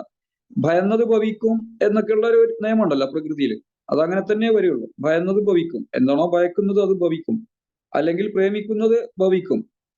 ഹോസ്പിറ്റലിൽ പോകുന്നതിനെ പ്രേമിക്കുന്നു, രോഗവും പറഞ്ഞ് നടക്കുന്നതിനെ പ്രേമിക്കുന്നു. അങ്ങനെ ആവുമ്പോൾ അത് തന്നെ വരിക. നമുക്ക് ആവശ്യമുള്ളത് രോഗങ്ങളില്ലാത്ത സ്വസ്ഥതയാണ് വേണ്ടത്, വെൽനെസ് ആണ് വേണ്ടത് എന്നാണ് ഉദ്ദേശിക്കുന്നത് എങ്കിൽ അതേപ്പറ്റി ചിന്തിക്കുക, അതിനുള്ള വഴികൾ എടുക്കുക. ഇപ്പൊ നമ്മൾ നല്ലൊരു സാമൂഹ്യ ജീവിതം നയിക്കുന്നു, നമുക്കെതിരെ ആരും കംപ്ലൈന്റ് കൊടുക്കുന്നില്ല, പോലീസ് പിടിക്കാൻ വരുന്നില്ല, ചോദിക്കാൻ വരുന്നില്ല, ജാമ്യം എടുക്കേണ്ട ആവശ്യമില്ല, സ്വതന്ത്രമായിട്ട് നടക്കാൻ പറ്റുന്നുണ്ട് എങ്കിൽ അതിന്റെ കാരണം സ്വസ്ഥമായ സാമൂഹ്യ ജീവിതം, അതിന്റെ നിയമങ്ങൾ പാലിക്കുന്നത് കൊണ്ടാണ് സ്വസ്ഥമായ സാമൂഹ്യ ജീവിതം ജീവിച്ച ഒരാൾക്ക് മുന്നോട്ട് പോകാൻ സാധിക്കുന്നത്. എന്ന് പറയുന്ന പോലെ സ്വസ്ഥമായ ആരോഗ്യവും കൊണ്ട്, സ്വസ്ഥമായ ശരീരവും കൊണ്ട് ജീവിക്കണം എന്നുണ്ടെങ്കിൽ അതിന്റെ ബേസിക്കായ നിയമങ്ങൾ മനസ്സിലാക്കിയാൽ മാത്രം പോരാ, അത് ജീവിതത്തിൽ പാലിക്കുകയും ചെയ്യുക. അപ്പൊ അങ്ങനെ പാലിച്ചു കഴിഞ്ഞാൽ സ്വസ്ഥമായിട്ടുള്ള ശരീരം കൊണ്ട് നമുക്ക് മുന്നോട്ട് പോകാൻ കഴിയും. അപ്പൊ ആള് ചത്തുപോകില്ല എന്ന് ചോദിച്ചാൽ ആള് ചത്തുപോവുക ചെയ്യും. എല്ലാ കാലത്തും കൂടെ ആളുകൾ നിലനിന്ന് കഴിഞ്ഞാൽ പിന്നെ റേഷൻ ഷോപ്പിൽ അരി തികയില്ല, കല്യാണത്തിന് പോയാൽ ചോറ് കിട്ടൂല, ബസ്സിൽ സ്ഥലം ഉണ്ടാകുന്നില്ല. അപ്പൊ അതുകൊണ്ട് അങ്ങനെ ആഗ്രഹിച്ചിട്ട് കാര്യമില്ല. ജീവിക്കുന്ന കാലം സ്വസ്ഥതയുള്ള ശരീരം കൊണ്ട് ജീവിക്കുക, അതിനുള്ള അവകാശം എല്ലാവർക്കും ഉണ്ട്. അപ്പൊ അതിന് ഇങ്ങനെയുള്ള നിയമങ്ങൾ പാലിക്കേണ്ടതുണ്ട്. അതല്ല റോഡിലൂടെ പോയിട്ട് ഒരിടത്തുനിന്ന് പോയിട്ട് മറ്റൊരിടത്ത് എത്തണമെങ്കിൽ റോഡിലെ നിയമങ്ങൾ പരമാവധി പാലിക്കേണ്ടതുണ്ട്. എന്ന് പറയുന്ന പോലെ തന്നെ ഇതിന്റെ നിയമങ്ങൾ പാലിക്കണം. വയറിന് വിശക്കുമ്പോൾ മാത്രം ഭക്ഷണം കഴിക്കുക, ദാഹിക്കുമ്പോൾ വെള്ളം കുടിക്കുക, പിന്നെ പോഷകങ്ങൾ ശരിയാവണം. ഈ പറഞ്ഞ പോലെ കാർബോഹൈഡ്രേറ്റും പ്രോട്ടീനും കൊഴുപ്പും. ഈ കൊഴുപ്പ്, ശരീരത്തിന് ആവശ്യമുള്ള കൊഴുപ്പ് നമ്മൾ കഴിക്കുന്ന ഈ ഭക്ഷണങ്ങളിൽ നിന്ന് കിട്ടുന്നുണ്ട്. ചോറിൽ നിന്ന് ട്രൈഗ്ലിസറൈഡ് ആയിട്ടും ഗ്ലൈക്കോജൻ ആയിട്ടൊക്കെ നമ്മുടെ ലിവറിലേക്ക് എടുത്തു വെക്കുന്നുണ്ട്. അതിന്റെ പുറമെ ഒരുപാട് കൊഴുപ്പ് നമ്മൾ കഴിക്കേണ്ടതില്ല, ആർക്കായാലും അത്രയും ആവശ്യം. പിന്നെ വൈറ്റമിൻസും മിനറൽസിനും അത് അതിനു വേണ്ടി തന്നെ കഴിക്കണം. അതിന് പഴങ്ങൾ കഴിക്കണം, പച്ചക്കറികൾ കഴിക്കണം. അപ്പൊ കുട്ടികൾക്ക് ഈ പറഞ്ഞ രീതിയിൽ തന്നെയാണ്. അതല്ലാതെ കുട്ടികൾക്കായിട്ട് പിന്നെ പ്രത്യേക അളവ് കുറവായിരിക്കും കുട്ടികൾക്ക്, അതനുസരിച്ച് കൊടുക്കുക എന്നുള്ള. പിന്നെ അമിത ഭക്ഷണം ഒരിക്കലും കുട്ടികൾക്ക് കൊടുക്കരുത്. പ്രധാന കാരണം അതാണ്, കുട്ടികളുടെ രോഗത്തിന്റെ പ്രധാന കാരണം അത് തന്നെയാണ്. നല്ലൊരു ശതമാനം കഫക്കെട്ട്, പിന്നെ മൂക്കൊലിപ്പ്, പനി അല്ലെങ്കിൽ കഫക്കെട്ടിനൊക്കെ മഹാരോഗമാക്കിയിട്ട് വിറ്റുകൊണ്ടിരിക്കുന്ന പരിപാടിയാണ് നമ്മൾ കാണുന്നത്. പിന്നെ മൊത്തം അതൊരു മഹാരോഗമാണ്. അതിന് എക്സ്റേ എടുത്തിട്ടും മറ്റും മറിച്ചൊക്കെ. കാരണം ഇപ്പൊ എന്റെ വീട്ടിൽ എന്റെ അനിയന് 4 കുട്ടികളുണ്ട്, എനിക്ക് രണ്ടാളാണ്. അപ്പൊ അവിടെ 6 കുട്ടികളോട് വളർന്നല്ലോ. എന്റെ മോൻ 26 വയസ്സായി, മോൾക്ക് 16 കഴിഞ്ഞ് 17 മോന്റെ മൂത്ത കുട്ടിക്ക് ഇപ്പൊ +1 ആണ്. താഴെയുള്ളത് 7 പഠിക്കുന്നു, 6 7 അതിന്റെ താഴെയുള്ളത് എന്തോ സ്റ്റാൻഡേർഡ്, മറ്റൊന്ന് അംഗൻവാടി പോകുന്നു. ഇവർക്കാർക്കും കഫക്കെട്ട്, ഭയങ്കരമായ പ്രശ്നങ്ങൾ, അതിന്റെ പേരിൽ ഹോസ്പിറ്റലിൽ അഡ്മിറ്റ് ആക്കുക, എക്സ്റേ എടുക്കുക, സ്കാനിങ് എടുക്കുക, തയറ് കയ്യും കെട്ടി ഓടുക, ചാടുക, ആകെ ബേജാറായി, ഹലാക്ക് 88 ഇങ്ങനത്തെ ഒരു പ്രശ്നം ഞങ്ങൾക്കൊന്നും ഇല്ലല്ലോ, അത്രയും കാലം ഉണ്ടായിട്ടില്ല. അതിന്റെ കാരണം എന്ന് വെച്ചാൽ ഞങ്ങൾ അങ്ങനെ പൂർണ്ണ പ്രകൃതി അങ്ങനെയൊന്നല്ല. പക്ഷെ ഇങ്ങനെ ഈ പറഞ്ഞ രീതിയിലൊന്നും ഭക്ഷണം കൊടുക്കൂല. കുട്ടികൾക്ക് ഭക്ഷണം കൊടുക്കുകയൊക്കെ ചെയ്യും, പക്ഷെ എപ്പോഴും കുത്തിത്തിരികിയിട്ട് ഇങ്ങനെ ഈ കതീനയിലേക്ക് പൊട്ടിക്കാനുള്ള കതീനയിലേക്ക് മരുന്ന് കയറ്റുന്ന പോലെ ഇങ്ങനെ കുത്തിത്തിരിക്കുക, ആ വക പരിപാടിയൊന്നുമില്ല. പിന്നെ ഇങ്ങനത്തെ മോശപ്പെട്ട ഭക്ഷണം കഴിയുന്നു കൊടുക്കാറില്ല. അനിയന്റെ വീട്ടിലൊക്കെ പിന്നെ കുറച്ചുകൂടിയൊക്കെ അങ്ങനെയാണ്. പക്ഷെ എന്നാലും അമിതമായിട്ടൊന്നും കൊടുക്കൂല. ബേക്കറി ഒന്നും ഓവറായിട്ട് കൊണ്ടുവരുന്നില്ല. പിന്നെ ചായ കാപ്പിയൊന്നും അമിതമായി കഴിക്കാറൊന്നുമില്ല. അപ്പൊ ഇങ്ങനെ ആവുമ്പോ കഫക്കെട്ടൊന്നും ഉണ്ടാവില്ല. പലരും ഇങ്ങനെയാണ്, കുട്ടികൾക്ക് കഫം ആണ് മറ്റും മറിച്ച് എന്നൊക്കെ പറഞ്ഞിട്ട്. അപ്പൊ ഈ കുട്ടികളെ സംബന്ധിച്ച് ഈ ഒരു കാര്യം വളരെ ശ്രദ്ധിക്കേണ്ടതാണ്. വയറ്റിന്ന് ശരിക്കും പോകുന്നുണ്ടോ എന്നൊക്കെ കുട്ടികളെ പ്രത്യേകം നോക്കണം കൃത്യമായിട്ട്. ഇപ്പൊ സെക്കൻഡിൽ തേർഡിലോ ഒത്തിരി പഠിക്കുന്ന കുട്ടികളെ വയറ്റിന് പോയോ എന്നൊക്കെ, പിന്നെ പുറത്താണെങ്കിലും അകത്താണെങ്കിലും പോയിട്ട് ചെക്ക് ചെയ്യൊക്കെ വേണം. നല്ല രീതിയിൽ വയറ്റിന്ന് പോകുന്നുണ്ട് എന്ന് ഉറപ്പ് വരുത്തണം. ശരിയായ രീതിയിൽ മിക്കവാറും വലിയ കുഴപ്പമില്ലാതെ പോകും. അത് തെറ്റായ രീതിയിൽ ഇങ്ങനെ ഈ മൈദ കൊണ്ടുള്ള ഭക്ഷണം, മൈദ, പിന്നെ ഡാൽഡ, പഞ്ചസാര, ഈ വക സാധനങ്ങളൊക്കെ ചെല്ലുമ്പോ എന്തായാലും ഈ മലബന്ധം വരും. ഈ മലബന്ധം വന്നു കഴിഞ്ഞാൽ നല്ലൊരു ശതമാനത്തിന്റെയും പല അസുഖങ്ങളുടെയും കാരണം മലബന്ധം തന്നെയാണ്. നല്ലൊരു ശതമാനം അസുഖത്തിന്റെയും കാരണം മലബന്ധമാണ്. ഇപ്പൊ ഈ ചെന്നിക്കുത്തായാലും പിന്നെ അതേപോലെ സൈനസൈറ്റിസ്, അതിനെ ENT എടുത്ത് പോയി ENT ഇവിടെയുള്ള കാര്യങ്ങൾ മാത്രമേ ചിന്തിക്കുക, അവര് അങ്ങനെ പഠിച്ചുള്ളൂ. പക്ഷെ നമ്മള് ഈ ശരീരം കൊണ്ട് രോഗങ്ങളില്ലാതെ ശരീരം കൊണ്ടു നടക്കുക, കുട്ടികളുടേതായാലും വലിയവരുടേതായാലും കൊണ്ടു നടക്കുക എന്നുള്ളത് നമ്മുടെ കൃത്യമായിട്ടുള്ള ഉത്തരവാദിത്തമാണ്. പല ഡിസീസസും ഡിസൈൻ ചെയ്തിട്ട് ഇറക്കുന്നതാണ് ഫാർമ കമ്പനികളിൽ. അതിനു വേണ്ടി തന്നെ ആൾക്കാരുണ്ട് ഓരോ സീസണിലൊക്കെ അത് ചെയ്യാനുള്ള. അതിന്റെ ഏറ്റവും നല്ല ഉദാഹരണമാണ് ഈ മെനോപോസ് സിൻഡ്രോം എന്നൊക്കെ പറഞ്ഞിട്ട് പെണ്ണുങ്ങളെ കുറെ ആളുകൾ മരിക്കുകയൊക്കെ ചെയ്തപ്പോൾ നിർത്തി. മെൻസസ് പൊതുവെ ഒരു പ്രത്യേക പീരീഡ് ആകുമ്പോൾ നിൽക്കുക സ്വാഭാവികമാണ്. മെനോപോസ് സിൻഡ്രോം എന്നും പറഞ്ഞിട്ട് അതിന് പേരിട്ടിട്ട് അതിന്റെ പേരിൽ ഒരു ഓപ്പറേഷനും അതേപോലെ ഓരോ സംഗതികളും മറ്റൊക്കെ വിറ്റു. അതിന്റെ പേരിൽ അങ്ങനെ പുറത്ത് US തോന്നുന്നു, ഇവിടെ നടന്നോന്നറിയില്ല. അങ്ങനെ കുറെ കച്ചവടമൊക്കെ നടത്തിയിരുന്നു. അപ്പോൾ ഓരോ സീസണിൽ ഓരോ പേരൊക്കെ ഇട്ടിട്ട് ഓരോ സംഗതികൾ ഇറക്കുന്നതാണ്. അതുപോലെ കുട്ടികളുടെ കഫക്കെട്ടിന്റെ കാരണം ഈ പിന്നെ കഫക്കെട്ട് ഒരു മാരക രോഗമാക്കിയിട്ട് അവതരിപ്പിച്ചിട്ടും മറ്റൊക്കെ അടിച്ചമർത്തും. അത് കുറച്ച് കഴിഞ്ഞാൽ വീണ്ടും വരും, പിന്നെ അത് വേറെ രോഗമായിട്ട് മാറും. ഇങ്ങനെയൊക്കെ നടന്നുകൊണ്ടിരിക്കുകയാണ്. ഈ ശരീരത്തിൽ മാലിന്യ നിർമ്മാർജ്ജനം ശരിയായ രീതിയിൽ നടക്കുക എന്നുള്ളത് വളരെ പ്രധാനപ്പെട്ടതാണ്, ചെറിയവനാലും വലിയവനാലും. സാധാരണഗതിയിൽ ശരീരത്തിൽ നിന്നുള്ള മാലിന്യ നിർമ്മാർജ്ജനം, ജീവനുള്ള ശരീരത്തിൽ നിന്നൊക്കെ മാലിന്യ നിർമ്മാർജ്ജനം നടന്നുകൊണ്ടിരിക്കും. മരിച്ച ശരീരത്തിൽ നിന്ന് എന്തായാലും ചത്ത ശരീരത്തിൽ നിന്ന് എന്തായാലും മാലിന്യ നിർമ്മാർജ്ജനം നടക്കൂല എന്നുള്ള ഉറപ്പാണല്ലോ.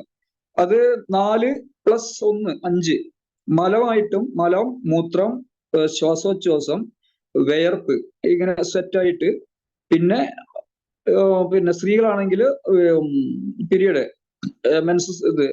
മെൻസസിന്റെ പീരീഡ്, ഇങ്ങനെ 5 തരത്തിലാണ് അല്ലെങ്കിൽ 4 തരത്തിലാണ് സ്ഥിരമായിട്ട് നമുക്ക് മാലിന്യ നിർമ്മാർജ്ജനം നടക്കുന്നത്. അത് അതേപോലെ നടക്കാൻ കഴിയണം.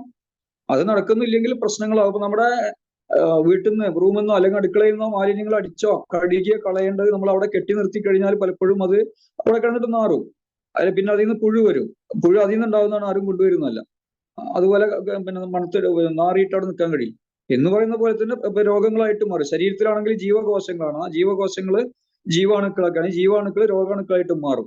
അപ്പൊ അതിൽ നിന്ന് വൈറസ് ഉണ്ടാവും, ഫംഗസ് ഉണ്ടാവും, ബാക്ടീരിയ ഉണ്ടാവും, പ്രോട്ടോസോവ ഉണ്ടാവും. അപ്പൊ ഇതിന്റെ ഓരോന്നിനും ഓരോ പേരൊക്കെ ഇട്ടിട്ട് ഇതിനെങ്ങനെ വിളിക്കാനും തല്ലിക്കൊല്ലാനും നടക്കുന്നതിൽ യാതൊരു അർത്ഥവും ഇല്ല. അപ്പൊ അതിനുള്ള സാഹചര്യം ഇല്ലാത്ത രീതിയിൽ ജീവിക്കുക എന്നുള്ളതാണ് നമ്മൾ ചെയ്യാനുള്ളത്. അങ്ങനെയുള്ള സാഹചര്യം ഉണ്ടാക്കരുത്. നമ്മുടെ കുട്ടികളെ നമ്മൾ മോശപ്പെട്ട ഒരു അവസ്ഥയിലേക്ക് വിടാറില്ല. കാരണം അവൻ അങ്ങനെയുള്ള ഒരു അവസ്ഥയിൽ പോയാൽ മോശമാകുന്നത് കരുതിയിട്ടാണ് അങ്ങനെ ചെയ്യുന്നത്. അപ്പൊ അതേപോലെ ശരീരത്തിനകത്തുള്ള ജീവാണുക്കളെയും ഈ പറഞ്ഞ രീതിയിൽ നമ്മൾ കൊണ്ടു നടക്കാൻ പാടുള്ളൂ. അപ്പൊ അതിന് കൊതി, നാട്ടാചാരം, അന്ധവിശ്വാസം, മാറാപ്പ്, മാമൂല്, ഇങ്ങനെയുള്ള കുറെ തൂണുകളുണ്ട്. ഈ പറഞ്ഞ കുറെ തൂണുകളിലാണ് മലയാളിയുടെ ഏറ്റവും പ്രധാനപ്പെട്ട മതമായ മതം, ഈ തീറ്റ മതം അല്ലെങ്കിൽ ആഹാര മതം എന്നൊക്കെ പറയുന്ന മതം പടുത്തുയർത്തിയിട്ടുള്ളത്. അവന്റെ ഹിന്ദു മതം, ക്രിസ്തു മതം, ഇസ്ലാം മതം അല്ലെങ്കിൽ കമ്മ്യൂണിസം, അവന്റെ ക്യാപിറ്റലിസം അല്ലെങ്കിൽ യുക്തിവാദം, റേഷണലിസം, ഇതൊക്കെ രണ്ടാമതേ വരുന്നുള്ളൂ. മലയാളിയുടെ ഏറ്റവും പ്രധാനപ്പെട്ട മതം തീറ്റ മതമാണ്. അതിന്റെ അല്ലെങ്കിൽ ഈ ശാസ്ത്രാന്ധവിശ്വാസവും പാരമ്പര്യ അന്ധവിശ്വാസവും കൂടി കൂട്ടിക്കുഴച്ചിട്ടുള്ള ഒരു പ്രത്യേക സാധനം. ആ സാധനമാണ് അവന്റെ ഏറ്റവും പ്രധാനപ്പെട്ട മതം. കാരണം വെറും വയറ്റിൽ കട്ടൻ ചായ കുടിച്ചിട്ടില്ലെങ്കിൽ പിന്നെ അവന് പിരാന്തളകും.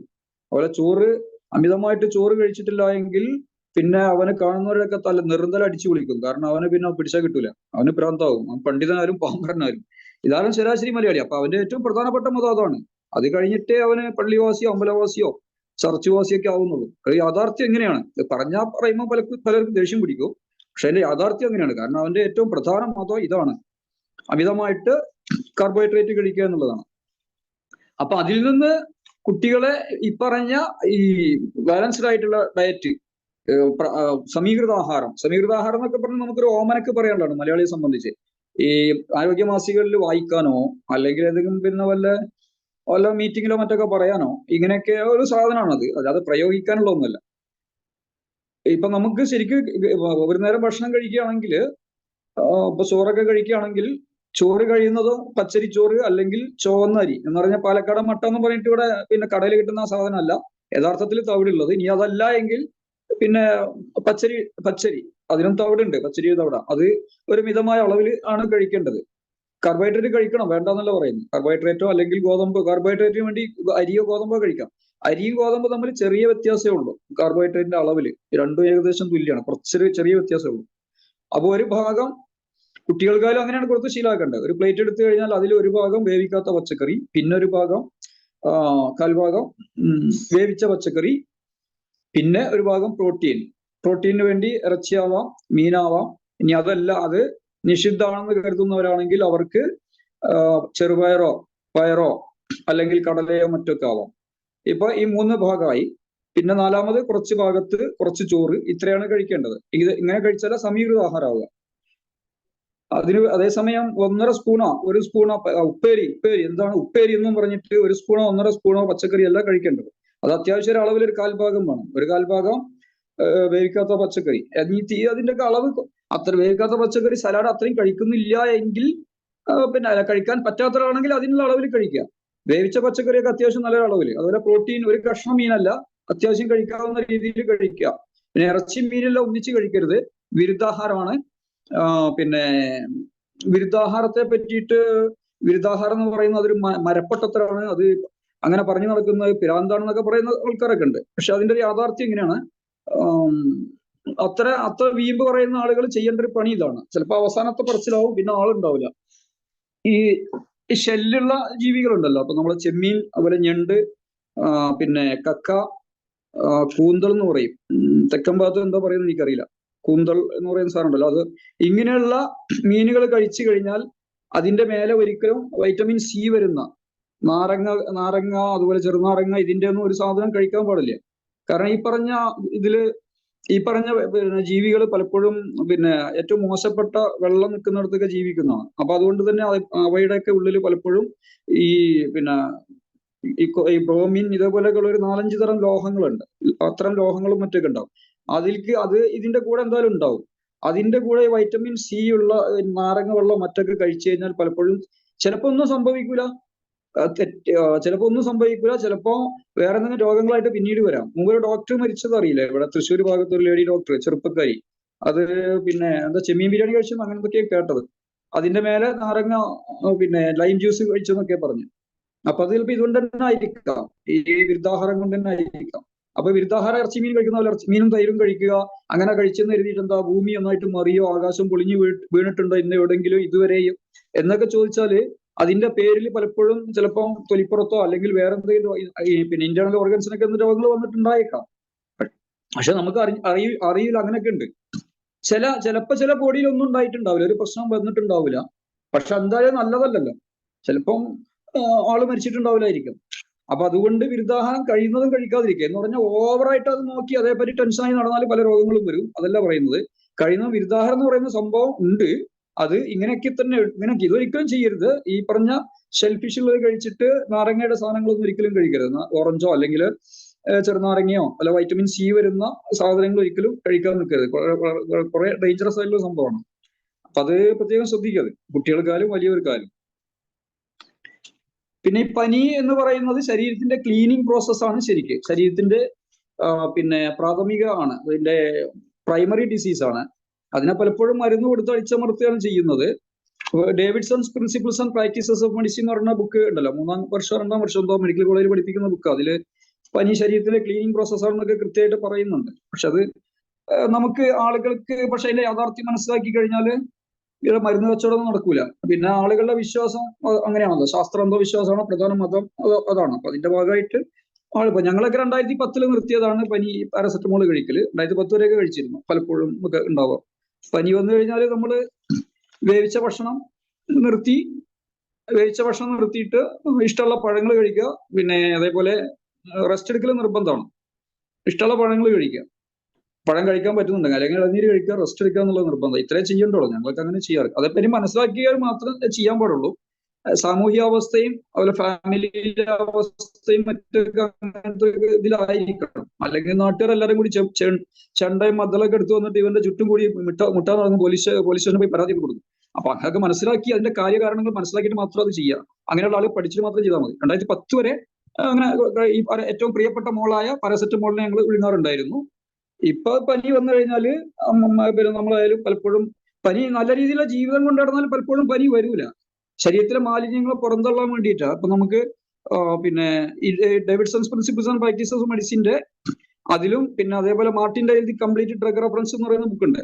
അത് അലോപ്പതിയുടെ ഏറ്റവും ടോപ്പായിട്ടുള്ള ബുക്ക്. അതെന്തോ പിന്നെ 50,000 അതിന്റെ 60,000 അങ്ങനത്തെ വിലയൊക്കെ ഉണ്ട്. അത് ഡോക്ടേഴ്സും മിക്കവാറും അതിനൊന്നും പൈസ ചെലവാക്കുന്നില്ല. അപ്പൊ അതിലൊക്കെ പറയുന്നത് പനി ശരീരത്തിന്റെ ക്ലീനിങ് പ്രോസസ്സാണ്. 106 ഡിഗ്രി വരെയുള്ള പനിയൊക്കെ ചിലപ്പോൾ പനിക്കും. അത് പിന്നെ ശരീരത്തിന്റെ ചില ബാലൻസിങ്ങിന് വേണ്ടിയാണ് എന്നൊക്കെ പറയുന്നുണ്ട്.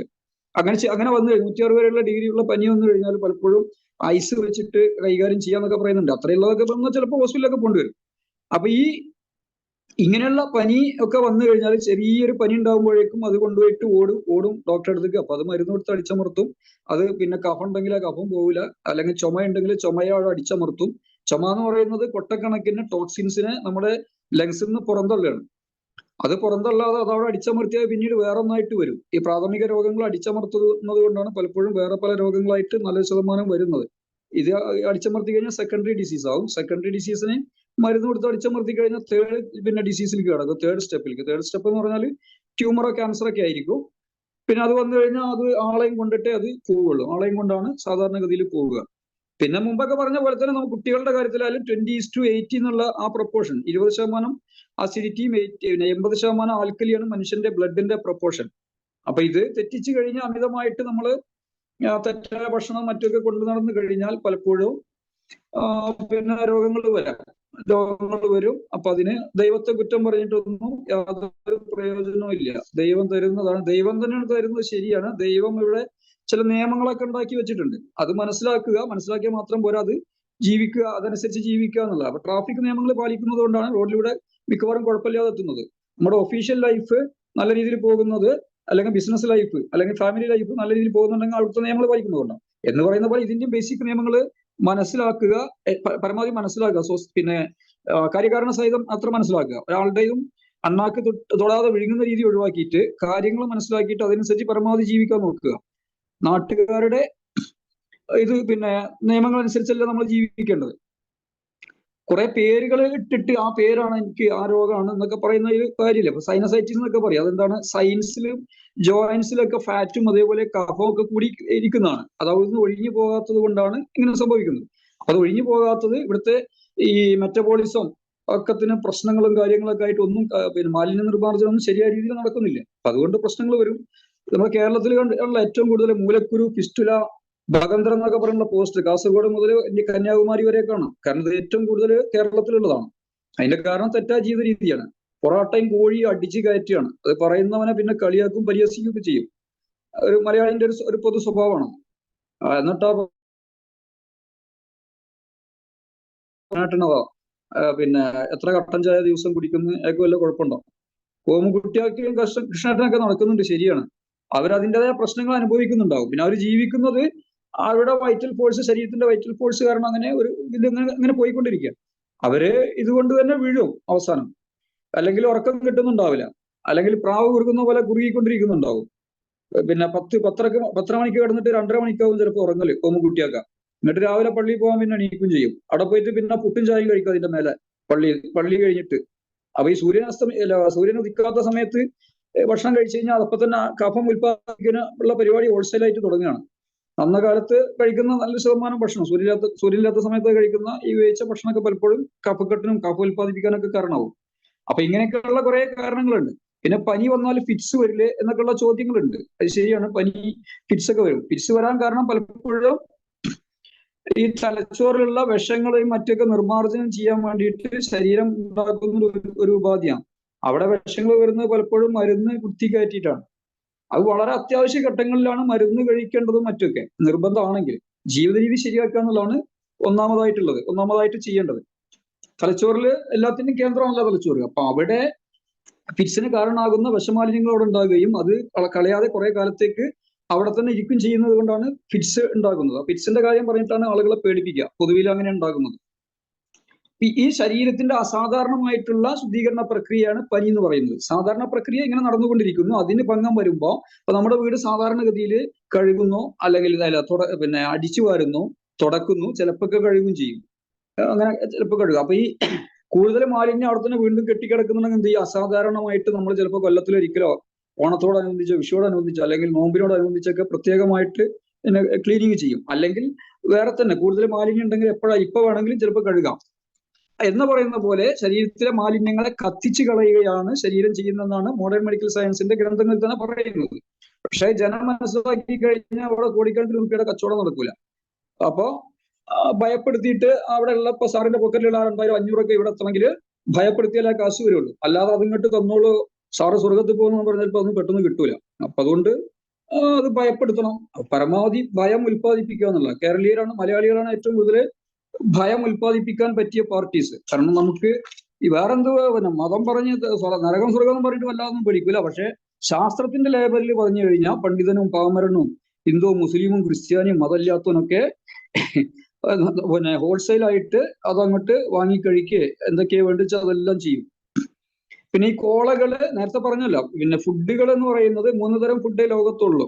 ജീവഭക്ഷണം, മൃതഭക്ഷണം, പ്രേതഭക്ഷണം, live food, dead food, ghost food, പ്രേതഭക്ഷണം. അപ്പൊ ഈ ഗോസ്റ്റ് ഫുഡിൽ പെട്ടതാണ് കോളകള് മറ്റൊക്കെ. അപ്പൊ ഈ കോളകളൊക്കെ കഴിച്ചു കഴിഞ്ഞാൽ പലപ്പോഴും കിഡ്നിക്കും അതേപോലെ ലിവറിനൊക്കെ വളരെയധികം തകരാറുണ്ടാവും. ഇതിനൊക്കെ പ്രോസസ്സ് ചെയ്യുന്നത് അവിടങ്ങളിലൊക്കെയാണല്ലോ. അപ്പൊ അതൊക്കെ അഭിമാനമാണ്, നേട്ടമാണ്. ഞങ്ങളുടെ തറവാട്ടിലൊന്നും ആരും ചെറുപ്പത്തിൽ ഇതൊന്നും കഴിച്ചിട്ടില്ല. ഇപ്പൊ അതൊക്കെ എന്ന് പറഞ്ഞാൽ മഹാഭാഗ്യമാണ്. ഇപ്പൊ കുട്ടികൾക്കൊക്കെ അതൊക്കെ എത്ര വേണമെങ്കിലും വാങ്ങിക്കൊടുക്കാൻ കാശുണ്ട് ഞങ്ങൾക്ക്. വാങ്ങിക്കൊടുത്താലും വിവരം അറിയും പിന്നെ കുറച്ച് കഴിയുമ്പോൾ. അപ്പൊ അങ്ങനെയുള്ള അഭിമാനികളൊക്കെ ദുരഭിമാനാണെന്ന് മനസ്സിലാക്കിയിട്ട് കാര്യങ്ങൾ മനസ്സിലാക്കി കൊണ്ടു നടക്കുക. പിന്നെ ഈ നമ്മുടെ ലക്ഷ്യം എന്ന് പറയുന്നത് ആരോഗ്യമാണ്. അനാരോഗ്യം എന്ന് പറയുന്നത് മരുന്ന് കമ്പനിക്കാരന്റെയും അതുപോലെ ഹോസ്പിറ്റലിന്റെയൊക്കെ ലക്ഷ്യമാണ്. അതിലേക്ക് നമ്മൾ വല്ലപ്പോഴൊക്കെ എത്തിപ്പെടേണ്ട ഒരു അവസ്ഥ ഉണ്ടാകാൻ പാടുള്ളൂ. അതവിടെ ഉണ്ടായിക്കോട്ടെ, അതിനെ എതിർത്ത് പിന്നെ അടിച്ചോടിക്കൊന്നും വേണ്ട, അതങ്ങനെ നടന്നോട്ടെ. അത് വളരെ അത്യാവശ്യ ഘട്ടങ്ങളിൽ മാത്രം പോകാനുള്ളത്. അതല്ലാതെ അതേപ്പറ്റി ചിന്തിച്ചുകൊണ്ടിരുന്നാൽ എപ്പോഴും അങ്ങോട്ട് തന്നെ പോകേണ്ടി വരും. പക്ഷെ പലപ്പോഴും ആളുകള് പിന്നെ പലപ്പോഴും അങ്ങനെ പോകാനൊക്കെ ഇഷ്ടപ്പെടുന്നവരാണ് നമ്മുടെ മലയാളികൾ. ഹോസ്പിറ്റലിൽ അങ്ങനെ പോയി ഇറങ്ങലും കയറി ഇറങ്ങലും അവിടങ്ങളിൽ പോകുക, കാണുക, ടെസ്റ്റ് നടത്തുക എന്നൊക്കെ പറയുന്നത് പിന്നെ ജന്ത്രം കോണിയുടെ മേലെ കൂടി കയറാൻ വയ്യ, സ്റ്റെയർ കേസ് കയറാൻ വയ്യ. അപ്പൊ ജന്ത്രത്തിൽ കയറിയിട്ട് ആ ജന്ത്രത്തിൽ അങ്ങോട്ട് പൊന്തിപ്പോയി. അങ്ങനെ ഇന്നത്തെ ബില്ല് ഒരു 7500 ആയി.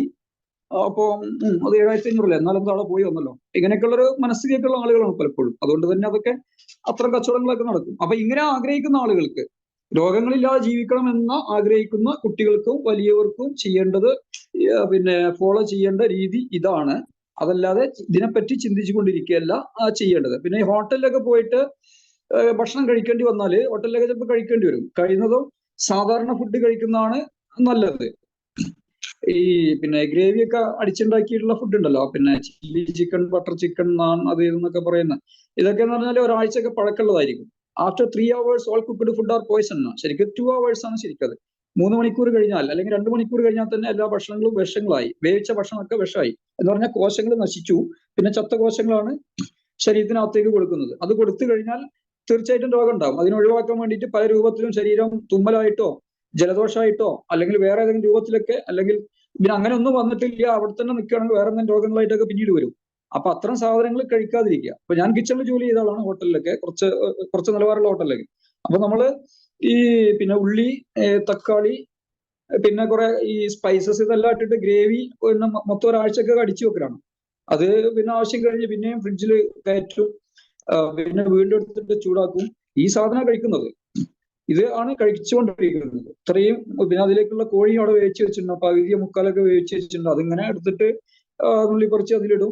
വാള് വന്നു കഴിഞ്ഞാൽ വലിയ ചട്ടി വെച്ചു, അതിൽ തീ കത്തിച്ചോ, പിന്നെ അങ്ങനെ അങ്ങോട്ട് അതിന് ഒരു 10-14 തരം ചെറിയ ഡവറകളൊക്കെ ഉണ്ടാവും. അതിൽ ഇടേണ്ട സാധനങ്ങളൊക്കെ അതിൽ നുള്ളി പെറുക്കിയിട്ട് പെട്ടെന്ന് ഇങ്ങനെ. അത് ഹിന്ദിക്കാരൊക്കെ ആയിരിക്കും പലപ്പോഴും ഈ സ്പെഷ്യലായിട്ട് ഈ പിന്നെ നോർത്ത് ഇന്ത്യൻ ഫുഡിന്റെ ഒക്കെ കഴിക്കാൻ നല്ല രുചി ഉണ്ടാവില്ല, അജിനോമോട്ടോ മറ്റൊക്കെ ചേർക്കുന്നതാണല്ലോ.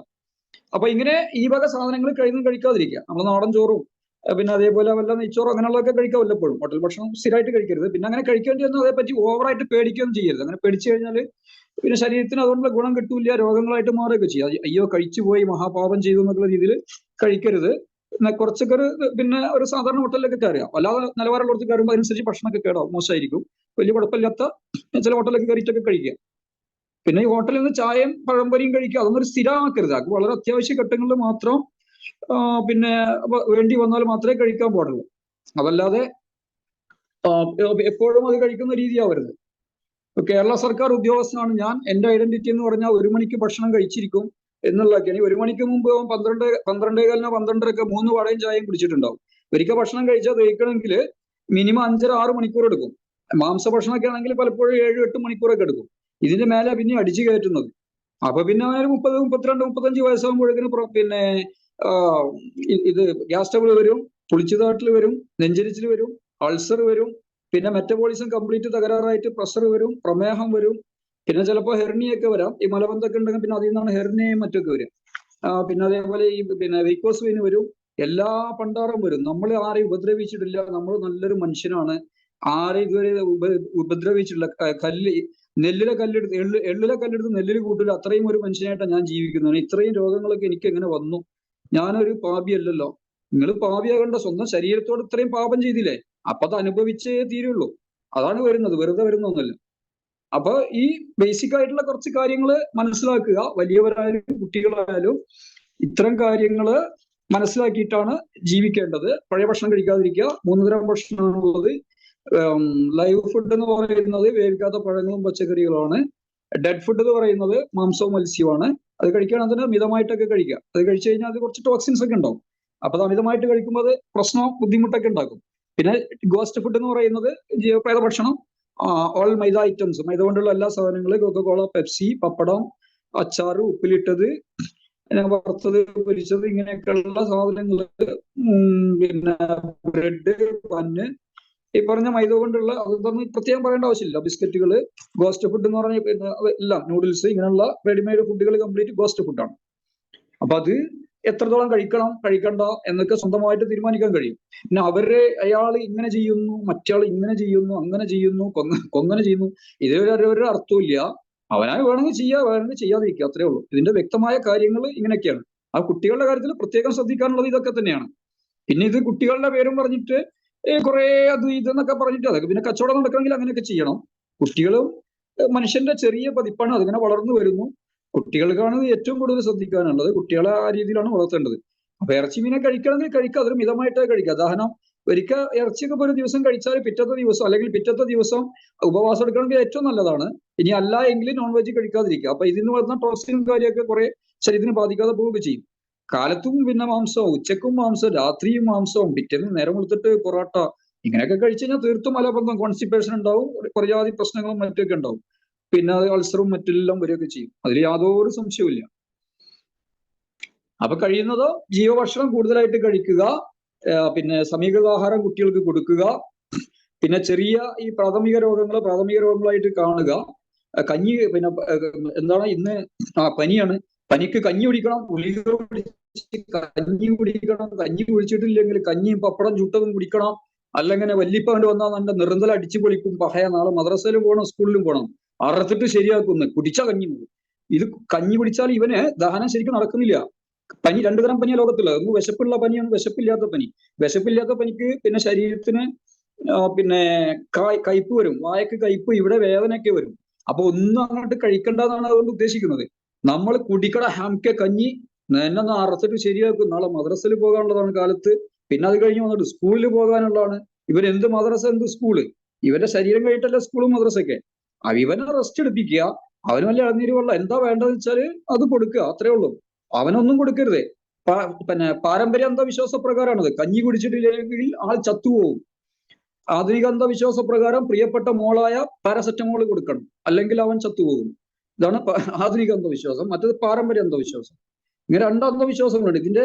ഇതെല്ലാം കൂട്ടിച്ചേർത്തുള്ള മതമാണ് ആ സകല ഗുലാബി എന്ന് പറയില്ലേ, എന്ന് പറയുന്ന പോലത്തെ മതമാണ് മലയാളിയുടെ ഏറ്റവും പ്രധാനപ്പെട്ട മതം. ഒരു നേരം കഞ്ഞി കഴിക്കണം, അല്ലെങ്കിൽ കഞ്ഞി കുടിച്ചില്ലെങ്കിൽ തല പൊന്തൂല, തല പൊന്തിയിട്ടില്ലെങ്കിൽ പിന്നെ നീറ്റ് കിടക്കാൻ പറ്റൂല, അതോടെ ചത്തുപോകുന്നൊക്കെ. ഇവന് കഴിക്കാൻ പറ്റും, ദഹനം ഇല്ല. ദഹനം അവിടെ മന്ദീഭവിച്ചു. നമ്മുടെ വീട്ടില് ഇപ്പൊ ക്ലീനിങ്ങും അതുപോലെ മെയിൻ്റനൻസ് ഒക്കെ ആണെങ്കിൽ കിച്ചണോ അല്ലെങ്കിൽ റൂമൊക്കെ പൂട്ടിയിടും എന്ന് പറയുന്ന പോലെ വയറ് പൂട്ടിയിട്ടിരിക്കുകയാണ്. വയറിലേക്കൊന്നും ശരിയായിട്ട് ദഹനം നടക്കൂല.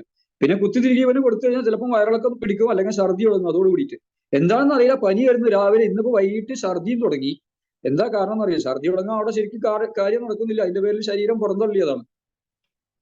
അപ്പോ ഇത് വളരെ സിമ്പിളായ കാര്യമാണ്. പക്ഷെ ഇത്ര സിമ്പിൾ ആണോ? അപ്പം രോഗങ്ങളില്ലാതെ ജീവിക്കൽ വളരെ സിമ്പിളാണ്. രോഗങ്ങളോട് കൂടി ജീവിക്കാൻ കുറെ മെനക്കെടുണ്ട്. പക്ഷെ നമ്മൾ ഈ കുറെ മെനക്കെടുള്ള കാര്യങ്ങളാണ് പലപ്പോഴും മലയാളി ചെയ്യാറുള്ളത്. ജാതി മത ഭേദമന്യേ ചെയ്യാറ് അങ്ങനെയാണ്. ഈ പിന്നെ രോഗങ്ങളോട് കൂടി ജീവിക്കുക, ഒരുപാട് പണിയെടുത്തിട്ട്. രോഗങ്ങളില്ലാതെ ജീവിക്കണമെങ്കിൽ വളരെ സിമ്പിളാണ്. കുറച്ച് കാര്യങ്ങൾ ചെയ്യേണ്ടതുള്ളൂ, വേറെ കാര്യമായിട്ടൊന്നും ചെയ്യേണ്ടതില്ല. അപ്പൊ ഇതൊക്കെയാണ് ഈ ഇമ്പോർട്ടന്റ് ആയിട്ടുള്ള കാര്യങ്ങൾ. മെറ്റബോളിസം തകരാറിലാകാത്ത രീതിയിൽ കുട്ടികളെ ചെറുപ്പത്തിൽ തന്നെ കൊണ്ടുപോവുക.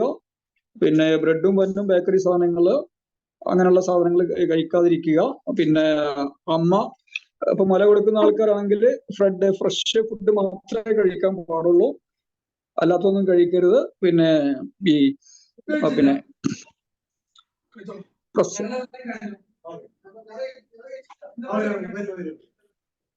പ്രസവരക്ഷയുടെ പേരില് ലേഹങ്ങള് എന്നൊക്കെ പറയുന്ന പഴകിയ ഭക്ഷണങ്ങൾ ഒരിക്കലും കൊടുക്കാതിരിക്കുക. അങ്ങനെയൊക്കെ കൊടുത്തു കഴിഞ്ഞാൽ പലപ്പോഴും കുഞ്ഞുങ്ങൾക്ക് ഒരിക്കലും മാറാത്ത രോഗങ്ങൾ ഉണ്ടാവും. എന്നിട്ട് പറമ്പിന്റെ ദോഷമാണ്, അത് ജിന്ന് കൂടിയതാണ്, ശൈത്താൻ കൂടിയതാണ്, കുട്ടിച്ചാത്തൻ കൂടിയാന്നൊക്കെ പറയും. എവിടെ പോയിട്ടാലും രോഗം മാറില്ല. കാരണം കുട്ടിയുടെ അമ്മായി 3 മാസം അല്ലെങ്കിൽ 15 ദിവസം 20 ദിവസം 4 മാസമൊക്കെ പഴക്കമുള്ള ലേഹം കഴിച്ചുകൊണ്ടിരിക്കുക. ഉള്ളി പിന്നെ അതേപോലെ ഈത്തപ്പഴം പിന്നെ എന്തൊക്കെ കച്ചറ കിട്ടും, അത് മുഴുവൻ അങ്ങാടി മരുന്നെല്ലാം ഇട്ട് വിരകിയിട്ട് അതിങ്ങനെ കഴിച്ചുകൊണ്ടിരിക്കുക. പ്രസവ രക്ഷയല്ല, ശരിക്കും ശിക്ഷയാണ്. പിന്നെ അതിന്റെ പുറത്ത് കോഴിമുട്ടയും കഴിക്കും, ധാരാളം കോഴിമുട്ടയൊക്കെ കൊടുക്കും. അപ്പൊ അതുകൊണ്ട് മലബന്ധമൊക്കെ ഉണ്ടാവും, കുട്ടിക്ക് രോഗം ഉണ്ടാവും. എന്നിട്ട് അത് പിന്നെ ജിന്നാണ്, ശൈത്താനാണ്, ഇബ്ലീസാണ്, പ്രേതാണ്, ഭൂതാണ്, കരിങ്കുട്ടി, കുട്ടിച്ചാത്തൻ, റൂഹാനി, ചേക്കുട്ടി പാപ്പ, ഇഫ്രീത്ത്, ഭദ്രകാളി, മൂദേവി, കരിഞ്ചാത്തൻ, കുറിഞ്ചാത്തൻ, മാഞ്ചാത്തൻ, ഗന്ധർവൻ, രക്തരക്ഷസ് ഇതില് പറഞ്ഞ ഏതൊക്കെയാണ് ഇതിന്റെ കാരണം എന്നൊക്കെ പറഞ്ഞിട്ട് അങ്ങനെ നടക്കും. ഈ കാര്യം മാറ്റിയാലേ രോഗം പോവും. ഇനി പുതിയ കാലത്താണെങ്കിൽ പിന്നെ ബാക്ടീരിയ ആണ്, വൈറസ് ആണ്, ഫംഗസ് ആണ്, പ്രോട്ടോസോവ എന്നൊക്കെ പറയും. വൈറസും ഫംഗസ് ഒക്കെ ഉണ്ടാവും, ശരി തന്നെയാണ്. അത് ഈ ശരീരത്തിൽ നിന്ന് ഉണ്ടായതാണ്. ശരീരത്തിൽ മാലിന്യം കെട്ടിക്കിടന്നിട്ട് അതിൽ നിന്നാണ് വൈറസും ഫംഗസ് ഒക്കെ ഉണ്ടാകുന്നത്. അപ്പൊ അതിന് പേരിട്ടിട്ട് അതിന്റെ അങ്ങനെ ഉള്ളിപ്പൊളിച്ച് അതിന്റെ കൂടെ മൈക്രോസ്കോപ്പും വെച്ച് നടക്കുകയാണെങ്കിൽ അതിന്റെ പിന്നാലെ അങ്ങനെ പൊണ്ടി വരും. അതങ്ങനെ പല സമയത്തും പല രൂപമാറൊക്കെ ചെയ്യും, അത് സ്വാഭാവികമാണ്. അപ്പൊ അതിനുള്ള കാരണം കണ്ടിട്ട് ഇല്ലാതാക്കിയാൽ മതി. അപ്പൊ ചുരുക്കി പറഞ്ഞാല് വയറ്റിൽ നിന്ന് പോകുന്നതല്ല പരിശോധിക്കേണ്ടത്, വയറ്റിലേക്ക് പോകുന്നതാണ് പരിശോധിക്കേണ്ടത്. വയറ്റിലേക്ക് വൃത്തികെട്ടത് മുഴുവൻ കൊടുക്കുക. എന്നിട്ട് എല്ലാ പ്രശ്നങ്ങളൊക്കെ വയറ്റിൽ നിന്ന് പോകുന്ന എടുത്തിട്ട് ഭൂതക്കണ്ണാടി വെച്ചിട്ട് നോക്കുക. അതിന് 1000, 1500, 2000 ഒക്കെ കൊണ്ടു കൊടുക്കുക. അതിലും വലിയ ഭൂലോക മണ്ടത്രം വേറെ ഉണ്ടാവും. അപ്പൊ വയറ്റിലേക്ക് കൊടുക്കുന്നത് നല്ലതാക്കുക, വയറ്റിലേക്ക് കൊടുക്കുന്നതാണ് നല്ലതാക്കേണ്ടത്. അതിനെയാണ് പരിശോധിക്കേണ്ടത്, പരമാവധി പരിശോധിച്ച് കൊടുക്കുക. വയറ്റിൽ നിന്ന് പോകുന്നതിനെ പരിശോധിച്ചിട്ട് വലിയ കാര്യമൊന്നുമില്ല. അപ്പൊ ഇതാണ് ഇതിൽ ശ്രദ്ധിക്കാനും പറയാനുള്ളത്. ഇത്രേ വളരെ ചുരുക്കിയിട്ട് 1 hour ഏകദേശം കാര്യങ്ങളായില്ലേ സാറേ? Okay sir, thank U. Sir പറഞ്ഞു തുടങ്ങിയത് കുട്ടികളുമായിട്ടുള്ള ബന്ധത്തില് നമ്മൾ എങ്ങനെ ആരോഗ്യപരമായി മുന്നോട്ട് കൊണ്ടുപോകണം. സാറ് ഒരു സ്കൂളിലെ പ്രിൻസിപ്പളാണ്. സാറിന്റെ സ്കൂളിൽ നടക്കുന്ന ഒരു കാര്യം കൂടെ ഒന്ന് ജസ്റ്റ് ഞാൻ ആദ്യം ഒന്ന് കാണിച്ചിരുന്നെങ്കിൽ ഒന്നും കൂടെ ഒന്ന് കാണിക്കാൻ ബാക്കിയുള്ളവർക്ക് വേണ്ടി. സ്ക്രീന് വലുതാക്കി എടുക്കണം കേട്ടോ, എന്നാലേ കാണുള്ളൂ. Hi friends, it's me Jamsheer.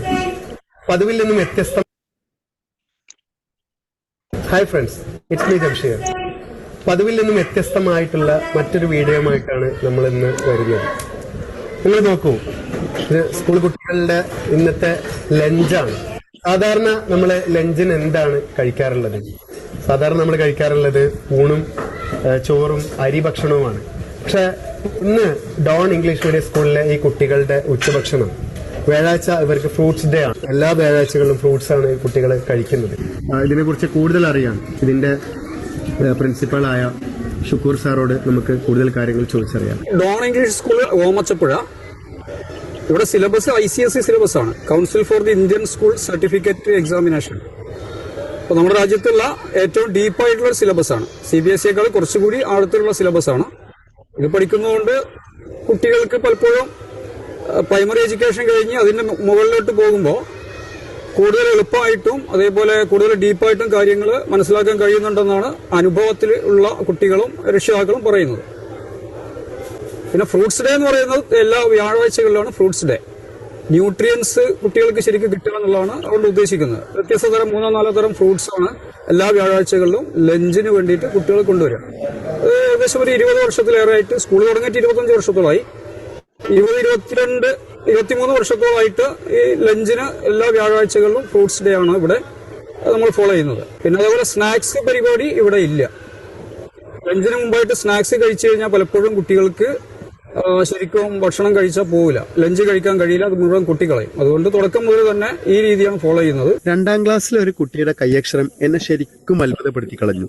ഞാൻ അന്വേഷിച്ച സമയത്ത് എനിക്കറിയാൻ കഴിഞ്ഞത് LKG മുതൽ തുടർന്ന് അങ്ങോട്ട് കഴ്സീവ് റൈറ്റിംഗ് ഇവിടെ പരിശീലിപ്പിക്കുന്നുണ്ടെന്ന് മനസ്സിലാക്കാൻ കഴിഞ്ഞു. ഇപ്പൊ നിങ്ങൾ കാണുന്നത് കുട്ടികളെ ചെയ്തുകൊണ്ടിരിക്കുന്ന ഈ പ്രോഗ്രാമിന്റെ പേരാണ് ബ്രെയിൻ ജിം എന്ന് പറയുന്നത്. വെൽ ട്രെയിൻഡ് ആയ അധ്യാപകരാണ് ബ്രെയിൻ ജിം കുട്ടികളെ പരിശീലിപ്പിക്കുന്നത്. ഇതിലൂടെ കുട്ടികളുടെ ലാംഗ്വേജ്, നോളജ്, അതുപോലെ IQ, ക്രിയേറ്റിവിറ്റി എന്നീ കാര്യങ്ങളൊക്കെ ഡെവലപ്പ് ചെയ്തെടുക്കാൻ പറ്റും. അവര് വഴക്ക് പറയുന്ന ഇംഗ്ലീഷിൽ, എല്ലാം ഇംഗ്ലീഷിലാണ് കാണുന്നത്. ഇത് എങ്ങനെയാണ് ഇങ്ങനെ? കുട്ടികൾക്ക് ഇത് പറഞ്ഞും കേൾപ്പിച്ചും പഠിക്കും. ഭാഷ ലോകത്തെ ഏത് ഭാഷയും കേൾക്കും പറയും ചെയ്താലേ സംസാരിക്കാൻ പറ്റുള്ളൂ. വേറെ ട്രിക്കുകളോ പിന്നെ മരുന്നുകളൊന്നുമില്ല. പിന്നെ കുറെയൊക്കെ വളഞ്ഞു മൂപ്പിടിക്കുന്ന പല പരിപാടികളുണ്ട്, പക്ഷെ അതിന് റിസൾട്ടും ഉണ്ടാവില്ല. അപ്പൊ കേൾപ്പിക്കുക, പറയിപ്പിക്കുക, ഇതിലൂടെയാണ്. ഇപ്പൊ ഗൾഫ് പോയിട്ട് വ്യത്യസ്ത മതക്കാരും വ്യത്യസ്ത വിശ്വാസമുള്ളവരില്ലാത്തവരൊക്കെ അറബി പഠിക്കുന്നു, ഹിന്ദി പഠിക്കുന്നു, ഉറുദു പഠിക്കുന്നു, ഫ്രഞ്ച് വരെ പഠിക്കുന്നു. കേൾക്കും പറയും ചെയ്തുകൊണ്ടാണ് പഠിക്കുന്നത്. എന്ന് പറയുന്ന പോലെ കേൾക്കും പറയും ചെയ്താല് മാത്രമേ ഭാഷ ശരിയാവും, ഏത് ലാംഗ്വേജ് ശരിയാവുള്ളൂ. അപ്പൊ അത് കേൾപ്പിക്കും പറയിപ്പിക്കും ചെയ്യുന്ന രീതിയിലുള്ള ക്ലാസ്സുകളും മറ്റൊക്കെയാണ് അവർക്ക് കൊടുക്കുന്നത്. ഈ കളിയെ ഇത്ര പ്രൊമോട്ട് ചെയ്യാനുള്ള റീസൺ എന്താണ്? കളിയെ പ്രൊമോട്ട് ചെയ്യാന്ന് പറഞ്ഞാൽ അവർക്ക് പിന്നെ ലീസർ സമയത്ത് അങ്ങനെ ചെയ്യണം, അല്ലെങ്കിൽ സ്ട്രെസ് കൂടും കുട്ടികൾക്ക് പേഴ്സണലായിട്ട് പ്രശ്നങ്ങളുണ്ടാവും, പിന്നെ ഫാമിലിയിൽ പോയിട്ട് സ്വഭാവത്തിൽ വ്യത്യാസം ഉണ്ടാവും, പിന്നെ സ്ഥാപനത്തിനോടും ബുദ്ധിമുട്ടും പിന്നെ ഒരു വിമുഖത വരും, പ്രധാനമായിട്ട് അവരുടെ സ്വഭാവത്തിലൊക്കെ മോശം വരും. അപ്പൊ അതിന്റെ പേരിൽ ഇഷ്ടം പോലെ പിന്നെ അങ്ങനെയുള്ള ഹോർമോൺസും മറ്റൊക്കെ നന്നായിട്ട് ഉൽപ്പാദിപ്പിക്കും മറ്റൊക്കെ ചെയ്യും ഇടിക്കൊക്കെയാണ്. പിന്നെ അവിടെ എനർജി ശരിക്കും അത് യൂട്ടിലൈസ് ചെയ്യണം. ഇങ്ങനെ കുറെ കാര്യങ്ങളുണ്ട്. ആ കളിക്കേണ്ട സമയത്ത് മെന്റൽ ഹെൽത്ത് നന്നായിട്ട്, അതെ, മെന്റൽ ഹെൽത്ത് നന്നാവുക എന്നുള്ളതാണ്. അതാണ് പ്രധാനമായിട്ട് ഉദ്ദേശിക്കുന്നത്. നല്ലൊരു ഭാവി ഉണ്ടാവട്ടെ. ഇവിടുന്ന് ഇറങ്ങുന്ന പ്രൊഡക്റ്റുകൾ ഇന്റർനാഷണൽ ലെവലിലേക്ക് എത്തട്ടെ എന്ന് ആത്മാർത്ഥമായി ആശംസിക്കുന്നു.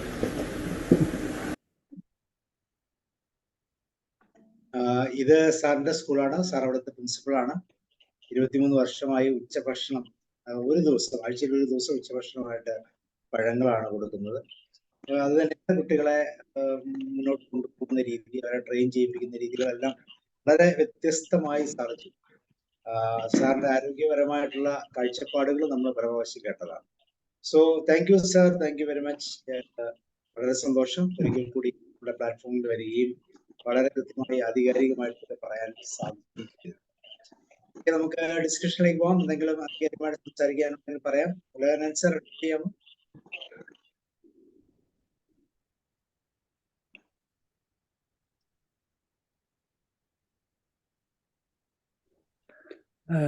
സാർ എന്നെ കേൾക്കാമോ? ഹലോ സാർ, സാറിനോട് വ്യക്തിപരമായിട്ടൊരു ചോദ്യമാണ്. സാറ് പറഞ്ഞത് ഈ നമുക്ക് ആഹാര പ്രക്രിയകളെ കുറിച്ചും ആഹാരം നമ്മൾ കഴിക്കുന്നതിനെ കുറിച്ചും എന്ത്, എപ്പോൾ, എങ്ങനെ, അതാണ് സാർ ഏറ്റവും ശക്തമായിട്ട് പറഞ്ഞത്. ഇപ്പോ എൻ്റെ വീട്ടിലും ചെറിയ കുട്ടികളൊക്കെ ഉണ്ട്. അപ്പൊ അവർക്ക് ഈ പച്ചക്കറി, നമ്മൾ മാർക്കറ്റിൽ നിന്ന് കിട്ടുന്ന പച്ചക്കറികളാണ് സാർ ഈ പറഞ്ഞ രീതിയിൽ കൊടുക്കുന്നത്. പക്ഷെ അവരുടെ അമ്മമാര് പലപ്പോഴും ചോദിക്കുന്ന ഒരൊറ്റ ചോദ്യം, നമ്മൾ ഈ പറയുന്ന രീതിയിൽ കുട്ടികൾക്ക് വിഷം കൊടുക്കാതിരിക്കാൻ നമ്മൾ ശ്രമിക്കുന്നു, പക്ഷെ മാർക്കറ്റിൽ നിന്ന് കിട്ടുന്ന ഈ പച്ചക്കറിയും ഈ മത്സ്യവും ഇതെല്ലാം തന്നെ സെക്യൂർ ചെയ്യുന്നതിന് വേണ്ടി അതിനകത്ത് വിഷം തളിക്കുന്നുണ്ട്. ആ വിഷം ആരാണ് എടുത്ത് കളയുന്നത്? അത് നാച്ചുറലി കുട്ടികളുടെ ഉള്ളിലേക്ക് ചെല്ലുന്നില്ലേ? ഇത്തരം ചോദ്യങ്ങളുമായിട്ടാണ് ഈ നമ്മളെ പോലെയുള്ളവരെ നേരിടുന്നത്. എന്തൊരു ഉത്തരമാണ് സാർ അവർക്ക് പറഞ്ഞു കൊടുക്കേണ്ടത്? അല്ല, അത് ശരിയാണ്. അതിൽ പരമാവധി അത് കളയുന്ന രീതിയിൽ ചെയ്യാന്നുള്ളത് ആർക്കും ചെയ്യാൻ പറ്റുള്ളൂ. കാരണം പച്ചക്കറി എന്തൊക്കെ പറഞ്ഞാലും ഈ മാർക്കറ്റിലുള്ളതേ വാങ്ങാൻ പറ്റുള്ളൂ. അതിലിപ്പോ മനസ്സിലാക്കാൻ പറ്റുന്നത് ഈ ക്യാരറ്റ്, ബീറ്റ്റൂട്ട് ഇത് രണ്ടും ഒരിക്കലും പച്ചക്ക് കഴിക്കരുത്. അതിൽ ഏറ്റവും കൂടുതൽ വിഷമുള്ളതാണ്. കാരണം വിഷം നമ്മൾ വീട്ടിലുണ്ടാക്കിയതാണെങ്കിൽ കഴിക്കാം. ക്യാരറ്റും ബീറ്റ്റൂട്ടും മാർക്കറ്റിൽ നിന്ന് വാങ്ങുന്നത് ഒരിക്കലും പച്ചക്ക് ജ്യൂസായിട്ടോ പച്ചക്ക് ഒരിക്കലും കഴിക്കാൻ നിൽക്കരുത്. കാരണം കിഡ്നിയും അതേപോലെ ലിവറൊക്കെ പോയി കിട്ടും. വീട്ടിലുണ്ടാക്കിയതാണെങ്കിൽ കഴിക്കാം. കാരണം ഈ സിസ്റ്റമിക് ഹോർമോൺസ് എന്നൊക്കെ പറയുന്ന സിസ്റ്റമിക് അങ്ങനെയുള്ള ചില മാരക കെമിക്കൽസ് ഒക്കെ ഇട്ടിട്ടാണ് അത് മണ്ണിൽ ഉണ്ടാക്കുന്നത്. അപ്പൊ അങ്ങനെയുള്ളതൊക്കെ ഒഴിവാക്കാം. മറ്റുള്ള പയറും കാബേജും മറ്റൊക്കെ പരമാവധി കഴുകിയും പിടിച്ചും, അതേപോലെ ഈ മഞ്ഞളിന്റെ വെള്ളത്തില് ടർമറിക്കിന്റെ വെള്ളത്തിൽ ഇട്ടിട്ടും മറ്റൊക്കെ പരമാവധിയൊക്കെ ചെയ്യാം. അതല്ലാതെ ഇപ്പൊ നമ്മള് ഇതിങ്ങനെ കുറെ ചോദിച്ചു നടന്ന ഇതിന്ന് കിട്ടാനുള്ളതും കിട്ടുന്നില്ലല്ലോ. ഇപ്പൊ കേരളത്തിൽ അറിയപ്പെടുന്ന മോഡേൺ രീതിയിൽ നടക്കുന്ന കുറെ പ്രകൃതി ചികിത്സാലയങ്ങളുണ്ട്. അവിടങ്ങളിലെല്ലാം ഈ മാർക്കറ്റിലുള്ള പഴങ്ങളും പച്ചക്കറികളും കൊടുത്തിട്ട് തന്നെയാണ് പ്രമേഹവും പ്രഷറും ക്യാൻസറും അതേപോലെ കൊളസ്ട്രോളിന്റെ ആധിക്യവും ഹൃദ്രോഗവും വെരിക്കോസ് വെയിനും മറ്റുള്ളതെല്ലാം മാറ്റിയിട്ട് ആളുകളെ പുറത്തു വിടുന്നത് ഈ മാർക്കറ്റിൽ കിട്ടുന്ന സാധനങ്ങൾ തന്നെയാണ്. ഇതല്ലാതെ വേറൊരു വഴിയില്ല. പിന്നെ ഈ പഴങ്ങളുടെ കാര്യത്തില് അതിൽ ഒരു പരിധി വരെ ഇങ്ങനെയുള്ള ഈ പ്രശ്നങ്ങൾ ഉള്ളത്, അതിൽ തന്നെ ഉള്ള എൻസൈംസ് ഒരു പരിധി വരെ ഇതിനൊക്കെ തടുക്കുന്നുണ്ടെന്നൊക്കെയാ പറയുന്നത്. അത് മേഖലയിലുള്ള ചില ആൾക്കാർ ഈ പഴങ്ങളുടെ ഒക്കെ കാര്യത്തിൽ അങ്ങനെ പറയുന്നുണ്ട്. ഇനി ഇത് തീരെ കഴിക്കുന്നില്ലെങ്കിൽ അതും കിട്ടൂലല്ലോ. അപ്പൊ പഴങ്ങളുടെ മേലൊക്കെ പലപ്പോഴും ഇതൊക്കെ ഉണ്ട്. ശരി തന്നെയാണ്. പരമാവധിയൊക്കെ കഴുകിയിട്ട് ഉപയോഗിക്കുക. അപ്പൊ ഇത് ചില ആളുകൾ ഇത് ചോദിക്കുന്നത് എന്തിനാന്ന് വെച്ചാല്, ഈ മലയാളികളായ കുറെ ആളുകൾ പഴങ്ങൾ കഴിക്കാതിരിക്കാൻ വേണ്ടിയിട്ട് അതിന് ഊരിച്ചാടാൻ വേണ്ടിയിട്ട് ചോദിക്കുന്ന ആൾക്കാരുണ്ട്. ആത്മാർത്ഥമായിട്ട് ചോദിക്കുന്നതുണ്ട്. അപ്പൊ ഇതല്ലാത്ത വഴിയില്ല. അപ്പൊ പഴങ്ങള് കുറച്ചെങ്കിലും ഇപ്പൊ പഴയ കാലത്തുള്ള പഴങ്ങളുടെ അത്ര ന്യൂട്രിയൻസ് ഇപ്പൊ ഉള്ളതിന് കിട്ടുന്നില്ല. ശരി തന്നെയാണ്. കാരണം ഈ മണ്ണില് അയഡിൻ കുറഞ്ഞിട്ടുള്ള കാര്യങ്ങൾ, അങ്ങനെ കുറെ കാരണങ്ങളുണ്ട്. അപ്പൊ അതുണ്ട്, ശരിയാണ്. അതുകൊണ്ട് തന്നെ ഇതില് പോഷകങ്ങൾ കുറവാണ്. കാട്ടിൽ വളരുന്ന വളരുന്ന പഴങ്ങൾ, കാട്ടിൽ വളരുന്ന ചെടികളിൽ നിന്നുള്ള പഴങ്ങളുടെ അത്ര പോഷകം നമ്മുടെ നാട്ടിൽ വളരുന്ന മറ്റുള്ള അല്ലെങ്കിൽ കടും കൃഷി ചെയ്തുണ്ടാക്കുന്നതിൽ ഇല്ല. അതൊക്കെ ശരി തന്നെയാണ്. പക്ഷെ ഈ കുറച്ചെങ്കിലും പോഷകം കിട്ടാൻ ഈ പഴങ്ങൾ കഴിക്കല്ലാതെ വഴിയില്ലല്ലോ. പിന്നെ ഈ പച്ചക്കറികൾ അല്ലാതെ വേറെ വീട്ടിൽ പിന്നെ സ്വന്തമായിട്ട് ഉണ്ടാക്കി കഴിക്കുകയാണെങ്കിൽ നല്ലത്, ഓക്കെ. പക്ഷെ അതൊന്നും ആവശ്യത്തിന് ഉണ്ടാവില്ലല്ലോ. ആഴ്ചയിൽ ഒരിക്കലും ഇന്നിപ്പോ കുറച്ച് 4 വഴുതന കിട്ടി, അതെല്ലാരും കൂടി ഒരു സംഭവമാക്കി. പിന്നെ ഇനിയിപ്പോ വഴുതന കിട്ടും, നമുക്ക് 2.25 മാസം കഴിഞ്ഞിട്ട് ഇതേപോലെ 3 വഴുതന കിട്ടും. അത് കടലിൽ കായം കലക്കിയ പോലെ എന്നല്ലാതെ ഇങ്ങനെയൊക്കെ അതിന്റെ അവസ്ഥകള്. പിന്നെ സ്ഥിരമായിട്ട് അങ്ങനെ ചെയ്ത് കഴിക്കുന്ന ആൾക്കാരുണ്ട്, വളരെ കുറവാണ്. അപ്പൊ ഉള്ളത് ഇതേപോലെ നല്ല രീതിയിൽ പരമാവധി കഴുകിയും മറ്റൊക്കെ കഴിക്കല്ലാതെ വഴിയില്ല. പിന്നെ അത് കഴിക്കുന്നില്ല എങ്കിൽ ആ കിട്ടുന്നതും കഴിക്കില്ല. പിന്നെ മീനിന്റെ കാര്യത്തില് മീന് പരമാവധിയൊക്കെ പിന്നെ പുതിയതൊക്കെ വാങ്ങാൻ നോക്കുക, പരമാവധി കുറപ്പ്. ഞങ്ങളെ സംബന്ധിച്ചൊക്കെ പുതിയത് കിട്ടുന്നതാണ്, അതൊന്നും നോക്കി വാങ്ങണം. പിന്നെ അതിന്റെ ഏറ്റവും കൂടുതൽ മഴക്കാലമൊക്കെ ഉണ്ടാകുന്ന സമയത്താണ് ഏറ്റവും കൂടുതൽ ഈ ഫോർമാലിറ്റിഹൈഡും മറ്റും മറിച്ചൊക്കെ ഇട്ടിട്ടുള്ള മീനൊക്കെ ഉണ്ട്. അതൊക്കെ കഴിയുന്നത് അങ്ങോട്ട് ഒഴിവാക്കുക. എപ്പോഴും അതിട്ടിട്ടല്ല വരുന്നത്. അത് പരമാവധിയൊക്കെ അങ്ങനെ നോക്കിയും പിടിച്ചൊക്കെ വാങ്ങുക, അതല്ലാത്തൊരു വഴിയില്ല. അതപ്പൊ അതേപറ്റി പറയാനുള്ളത്. മറ്റു നമ്മള് ഒന്നും കഴിക്കാതിരിക്കേണ്ടി വരും. ഇപ്പൊ ഈ ചോദിക്കുന്ന ആൾക്കാർ തന്നെ വെറും വയറ്റിൽ കഴിക്കുന്ന 11 വർഷമുള്ള കട്ടൻ ചായയാണ്. ചായയിൽ 11 വർഷമുള്ളത്, കൃത്യമായി ചായയിലും കാപ്പിയിലും 11 വർഷമുള്ളത്. കുട്ടികൾക്കൊക്കെ വെറും വയറ്റിൽ അതാ കൊടുക്കുന്നത്. അതോടുകൂടി തന്നെ കുട്ടിയുടെ കാര്യമൊക്കെ ഏകദേശം തീരുമാനമാവും. 4% രോഗത്തിന്റെ കാരണം ചായയാണ്. ചായയും അതുപോലെ ബിസ്ക്കറ്റും പിന്നെ ഈ ബേക്കറി സാധനങ്ങൾ ഇതൊക്കെ കഴിക്കുന്ന ആൾക്കാരാണ് അമ്മമാരും അമ്മച്ചിമാരുമാണ് ഇങ്ങനത്തെ ചോദ്യം ചോദിക്കുന്നത്. ചില ആളുകൾ പഴം വാങ്ങുന്ന മടിക്കാണ്. മലയാളി 1% അങ്ങനെയാണ്. ഈ പഴങ്ങൾക്ക് വേണ്ടി കാശ് ചെലവാക്കില്ല, വേറെ എന്ത് പണ്ടാറക്കെട്ടിന് വേണ്ടിയിട്ടും കായ് ചെലവാക്കും. 1% മലയാളി അങ്ങനത്തെ. ഈ വാങ്ങിയാൽ തന്നെ ഓണത്തിന് വിഷുവിനെ വാങ്ങുള്ളൂ. അതുകൊണ്ട് വലിയ കാര്യമൊന്നും ഉണ്ടാവില്ല. സ്ഥിരമായിട്ട് കഴിക്കേണ്ടതാണിത്. വേവിച്ച ഭക്ഷണത്തിന് മുമ്പാണ് പഴങ്ങൾ കഴിക്കേണ്ടത്, ശരീരത്തിന്റെ നയം അനുസരിച്ച്. മലയാളി കഴിക്കല് പോത്തിറച്ചിയും പൊറോട്ടയും അല്ലെങ്കിൽ പിന്നെ ചത്തകോഴിയും പിന്നെ ബിരിയാണിയൊക്കെ തിന്നിട്ട് അതിന്റെ മേലെ 4 കഷ്ണം ആപ്പിള് 3 കഷ്ണം മുന്തിരി എന്നൊക്കെ പറഞ്ഞിട്ട് കഴിക്കുക. അതുകൊണ്ട് ഒരു പ്രയോജനമില്ല. കാരണം രണ്ടിനും ദാനം രണ്ടാണ്. വേവിക്കാത്ത പഴങ്ങൾ 2.5-3 മണിക്കൂർ കൊണ്ട് ദഹിക്കുന്ന സാധനമാണ്. അത് ഇതിന്റെ വേവിച്ചതിന് മേലെ കഴിച്ചാൽ അവിടെ കിടന്ന് വലിച്ച് പൊളിച്ച് ദാന പ്രശ്നങ്ങളും കാര്യങ്ങളും ഉണ്ടാവും. അതിൽ നിന്നുള്ള ന്യൂട്രിയൻസ് ഒന്നും കിട്ടൂല. ശരീരത്തിന്റെ നിയമം അനുസരിച്ചാണ്, വിശ്വാസം അനുസരിച്ചല്ല പറയുന്നത്. നാട്ടുകാരുടെ രീതി വേറെയാണ്, ശരീരത്തിന്റെ നിയമം ഇങ്ങനെയാണ്. അപ്പൊ ഇതൊക്കെ അതിന്റെ യാഥാർത്ഥ്യങ്ങൾ. അപ്പൊ എന്താണ് ഉള്ളത്, അത് പരമാവധി ശുദ്ധിയാക്കിയിട്ട് മറ്റൊക്കെ നമ്മൾ ഉപയോഗിക്കുക, അല്ലാത്ത വഴിയൊന്നുമില്ല. ഇത് ചെയ്യാനുള്ളൂ. Okay sir, thank you. നല്ല ക്ലാസ് ആയിരുന്നു. കുറേയേറെ ഇൻഫർമേഷൻസ് പൊതുവായി പറയുന്ന കാര്യങ്ങളിൽ നിന്നും വ്യത്യസ്തമായിട്ട് ഈസി ആയിട്ട് നമുക്ക് നമ്മളിലേക്ക് കുറെ കാര്യങ്ങൾ സാർ തന്നു. Thank you sir, thank you very much. ഞാൻ രവീന്ദ്രനാഥൻ. സാറ് പറഞ്ഞ കാര്യങ്ങളെല്ലാം കേട്ടു. സാറ് അതിന്റെ അവസാന ഭാഗം സാറ് വർഷങ്ങളായത് പ്രയോഗത്തിൽ കൊണ്ടുവരുന്നു എന്നുള്ളതൊരു നല്ല കാര്യമാണ്. അത് നമ്മൾ പ്രത്യേകം ശ്രദ്ധിച്ചൊരു കാര്യമാണ്. കാരണം പലരും ഇങ്ങനെ പറഞ്ഞു കേട്ടിട്ടുണ്ട്, എങ്കിൽ പോലും അത് എത്ര പേർക്ക് അത് പ്രയോഗത്തിൽ കൊണ്ടുവരാന്നുള്ളത് സാറ് കാണിച്ചു തന്നിട്ടുണ്ട്. എങ്കിലും ഇത് പിന്തുടരാൻ പ്രായോഗികമായ പല ബുദ്ധിമുട്ടുകളുണ്ട്. നമ്മുടെ വീട്ടിൽ പോലും നമുക്കിത് ഒരു പ്രാവർത്തികമാക്കാൻ പറ്റുന്ന കാര്യങ്ങളല്ല പലതും. ഇപ്പൊ ചോറ് എന്ന് പറഞ്ഞാൽ കേരളത്തിലെ ഇപ്പോഴാണെന്ന് പറയാൻ പറ്റില്ല, എന്നാലും ഒരു ഈ നെല്ല് കേരളത്തിലെ ഒരു പ്രധാനപ്പെട്ട കൃഷിയായിരുന്നു. ഇപ്പോഴൊന്നും അങ്ങനെ പറയാൻ പറ്റില്ല. എങ്കിലും നമ്മുടെ ഭക്ഷണം എന്ന് പറഞ്ഞാൽ നമ്മുടെ നെല്ല് അരി ആയിപ്പോയി. ആ ഒരു സാഹചര്യത്തിൽ നിന്ന് നമുക്ക് മാറ്റിയെടുക്കാൻ പ്രയാസമാണ്. മാറ്റിയെടുത്താൽ നമ്മൾ പകരം കാണുന്നത് ഈ ഹോട്ടലിൽ കിട്ടുന്ന നമുക്ക് പേര് പറയാൻ പ്രയാസമുള്ള തരത്തിലുള്ള ആഹാര സാധനമാണ്. നമുക്ക് പേര് നമ്മുടെ വായിൽ വഴങ്ങാത്ത തരത്തിലുള്ള പേരുകൾ, ഏതാണെന്ന് നമുക്ക് അറിഞ്ഞും കൂടാ. അപ്പം നമ്മൾ വീണ്ടും ഈ ചോറിലും ഈ സാറ് പറഞ്ഞ കാര്യങ്ങളെ വിശ്വാസമുള്ളവർ നമ്മൾ പഴയ ചോറിലും സാമ്പാറിലും അവിയലിലും ഒക്കെ വിശ്വസിച്ച് അങ്ങനെ അങ്ങ് പോകാനേ ഒക്കുള്ളൂ. പല കാര്യങ്ങൾക്കും വേറെ പല പ്രശ്നങ്ങളുണ്ട്. ഇപ്പൊ മെഡിക്കൽ സയൻസ് പക്ഷെ അതിൽ സാറ് അത് ചെയ്യേണ്ടതാണ്. ഈ അവിയലും സാമ്പാറൊക്കെ കഴിക്കുന്നുണ്ടല്ലോ, ഈ അവിയലും മറ്റും അത് കൂടുതൽ കഴിക്കുക. കുറച്ച് ചോറ് അത് കൂടുതൽ കഴിക്കുക. കുറച്ച് ചോറേ അപ്പൊ ആവശ്യം വരുള്ളൂ. അത് കൂടുതൽ ആവശ്യമുണ്ട് ശരീരത്തിന്. അതാണ് പ്രകൃതിക്കാർ പറയുന്നത്, കറിയുടെ പാത്രത്തിൽ ചോറെടുക്കുക, ചോറിന്റെ പാത്രത്തിൽ കറി എടുക്കുക എന്ന് പറയുന്നത് അതാണ്. അപ്പൊ അത് കൂടുതൽ കഴിക്കുക. നമുക്ക് വയറിലേക്ക് കൂടുതൽ സാധനം എത്തണമല്ലോ. അപ്പൊ അതിന് ഈ അവിയലും പിന്നെ അത് വീട്ടിലെ കാര്യം എന്ന് പറഞ്ഞാൽ നമ്മളെ വീട്ടിൽ പോയിട്ട് അവിടെ ബദറും ഉഹുദും പിന്നെ മല്ലയുദ്ധവും നടത്തരുത്. നമ്മുടെ ജീവിതത്തിൽ മെല്ലെ മെല്ലെ ജീവിച്ച് കാണിച്ചു കൊടുക്കുക. അങ്ങനെ അവരെ മാറ്റുകയാണ്. അല്ലാതെ ഒരു ദിവസം പോയിട്ട് പെട്ടെന്ന് അങ്ങനെ പറഞ്ഞു കഴിഞ്ഞാൽ നമ്മുടെ നേതൃത്വത്തിൽ അടിച്ചു വിളിക്കാൻ വരും മക്കളും മരുമക്കളും കുടുംബക്കാരും തറവാട്ടുകാരും ഒക്കെ. അപ്പൊ ഇത് നമ്മള് വേറെ കാര്യം, കുട്ടികൾക്ക് പനി വന്നാൽ നമുക്ക് സ്വാഭാവികമായിട്ടും പനി ഒന്നും ഒരു വെയിറ്റ് ചെയ്യാം എന്ന് നമുക്ക് തീരുമാനം എടുക്കാൻ പലപ്പോഴും പ്രയാസം വരും. അപ്പൊ നമ്മൾ സ്വാഭാവികമായിട്ടും വീട്ടിൽ തന്നെ നമുക്ക് തീർപ്പ് വരും. നമ്മൾ സ്വാഭാവികമായിട്ടും ഡോക്ടറുടെ അടുക്കൽ കൊണ്ടുപോകും. ഡോക്ടറുടെ അടുക്കൽ കൊണ്ടുപോയി കഴിഞ്ഞാൽ പിന്നെ ഡോക്ടറുടെ കയ്യിലാണ്. അങ്ങനെ ആ ടെസ്റ്റ് ചെയ്തു ഒത്തിരി ടെസ്റ്റുകൾ നടത്തി കുറെ മരുന്നുകളും കൊടുത്തു വിടും. പിന്നെ നമുക്ക് എപ്പോഴും ഒരു പനി വന്നാൽ നമുക്ക് സ്വസ്ഥമായിട്ട് നമുക്ക് വീട്ടിൽ ഇരിക്കാൻ ഒക്കില്ലാത്തൊരു കാലം അല്ല അത് ശരിയാണ്. പക്ഷെ അതാ ഞാൻ പറഞ്ഞത്, അത് അങ്ങനെയൊക്കെയുള്ള സ്ഥലത്തേ നടക്കുള്ളൂ. അപ്പൊ എന്റെ വീട്ടിലൊക്കെ നടക്കും. ഞങ്ങളൊക്കെ അങ്ങനെയാണ്. നമ്മളൊക്കെ ആദ്യം അത് പറയുമ്പോൾ എതിർപ്പൊക്കെ ഉണ്ടായിരുന്നു. പിന്നെ അത് ഈ നക്കി കൊല്ലുക എന്ന് പറയും. നെക്കി കൊല്ലുമ്പോഴാണ് ആൾക്കാർ ഓടി വരിക. നക്കി കൊല്ലുമ്പോൾ ആരും വരില്ല എന്ന് പറയുന്ന പോലെ ഘട്ടം ഘട്ടമായിട്ട് ഇതൊക്കെ മാറ്റിയെടുക്കാൻ പറ്റുള്ളൂ. പെട്ടെന്ന് അങ്ങനെ പറഞ്ഞ പോലെ ഇങ്ങനെയാണെന്നൊക്കെ പറഞ്ഞ് കാണിച്ചു കൊടുത്ത് പിടിച്ചു. ഇപ്പൊ ഞങ്ങളുടെ വീട്ടിൽ തന്നെ എന്റെ ഭാര്യയുടെ അനിയത്തിയും മറ്റൊക്കെ പറയും, പനി വന്നിട്ട് മരുന്ന് കഴിക്കാതെ ഡോക്ടറെ അടുത്ത് പോകാതെ എന്നൊക്കെ പറഞ്ഞിട്ട് ഞങ്ങൾ കൂളായിട്ട് ഇപ്പൊ ഞങ്ങളുടെ വീട്ടിൽ പനി വന്നാൽ എന്ത് ഫ്രൂട്ട്സാ വേണ്ടതെന്നാ ചോദിക്കാം മക്കളോട്. ചിലപ്പോ മാങ്ങയുടെ കാലത്ത് മാങ്ങയാണെന്ന് പറയും, ചിലപ്പോൾ ചക്കയാണെന്ന് ചക്ക എന്ന് പറയില്ല, വേറെ എന്താ. അപ്പൊ അത് കൊണ്ടുവന്ന് കൊടുക്കും. അപ്പൊ അതും കഴിച്ചിട്ട് സുഖമായിട്ട് സ്വസ്ഥമായിട്ട് അവിടെ കിടക്കും 2-3 ദിവസം കൊണ്ട്. അതേപോലെ മരുന്ന് കഴിച്ചു കഴിഞ്ഞാൽ 7 ദിവസം 8 ദിവസം പനി അങ്ങോട്ട് പോയിട്ടുണ്ടാവും. പിന്നെ ശരീരത്തിന് എന്തൊക്കെയോ അസ്വസ്ഥതകളും പിന്നെ ഹാങ് ഓവറുകളും പ്രശ്നങ്ങളും ഒക്കെ. കാരണം ഈ പോകേണ്ട മാലിന്യങ്ങൾ അവിടെ അടിച്ചമർത്തി ഇട്ടതാണ്. അതുകൊണ്ടാണ് അത്രയും പ്രശ്നം വരുന്നത്. അതൊക്കെ ഇങ്ങനെ ഘട്ടം ഘട്ടമായിട്ട് കാര്യങ്ങൾ മനസ്സിലാക്കിയിട്ട് മാത്രമേ അങ്ങനെയുള്ളവർക്ക് ചെയ്യാൻ പറ്റുള്ളൂ. നമ്മൾ ഒറ്റയടിക്ക് പോയിട്ട് ചെയ്യാൻ പറ്റുന്നതല്ല. നമ്മളൊക്കെ പ്രാർത്ഥിയാക്കി. എവിടെയാണ്? ഇത് ഓമച്ചപ്പുഴ എന്ന് പറയും. പിന്നെ തിരൂര്, മലപ്പുറം തിരൂര് എന്ന് പറയില്ല, തിരൂര് കേട്ടുണ്ടോ? ആണ്. ഏത് ക്ലാസ്സിൽ ഏത് പ്രായത്തിലുള്ള കുട്ടികളെ ഉണ്ട് അവിടെ?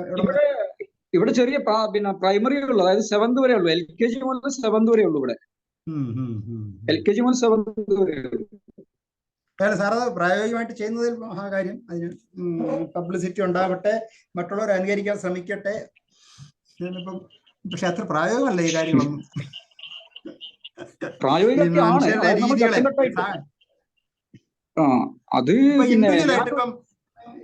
ഞങ്ങളിൽ പലർക്കും ഇൻഡിവിജ്വലായിട്ട് സാറിനോട് പറഞ്ഞ താല്പര്യം ഉണ്ടായിരിക്കും. പക്ഷെ ഞങ്ങളുടെ വീടുകളിൽ പോലും ഇത് ഇംപ്ലിമെന്റ് ചെയ്യാൻ അത്ര എളുപ്പമല്ല. പിന്നെ അതിന് നമ്മൾ ഇംപ്ലിമെന്റ് ചെയ്യണ്ട. നമ്മൾ വ്യക്തിപരമായിട്ട് മാത്രം ആദ്യം നടപ്പാക്കുക നമ്മളെ കാര്യത്തിൽ, അല്ല മൊത്തത്തിൽ നടപ്പാക്കണ്ട. അങ്ങനെ ഒരിക്കലും പോകരുത്. നമുക്കിത് ശരിയാണെന്ന് ബോധ്യം ഉണ്ടാവുക, എന്നിട്ട് നമ്മളെ ജീവിതത്തിൽ കാണിക്കുക. അല്ല അവരെ എല്ലാവരുടെയും പിന്തുണ കിട്ടിയിരുന്ന ഒരു കാര്യം നടക്കൂലല്ലോ.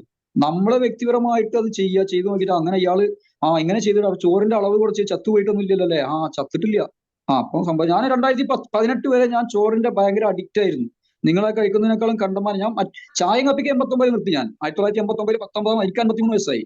19ാമത്തെ വയസ്സിൽ ചായയും കപ്പിയും പൊറോട്ടയും ബേക്കറിയൊക്കെ നിർത്തിയതാണ്. അതൊന്നും കഴിക്കാറില്ല. പക്ഷെ ഞാൻ ചോറിന് അഡിക്റ്റ് ആയിരുന്നു 2018 വരെ. ഭയങ്കര അഡിക്റ്റ് ആയിരുന്നു.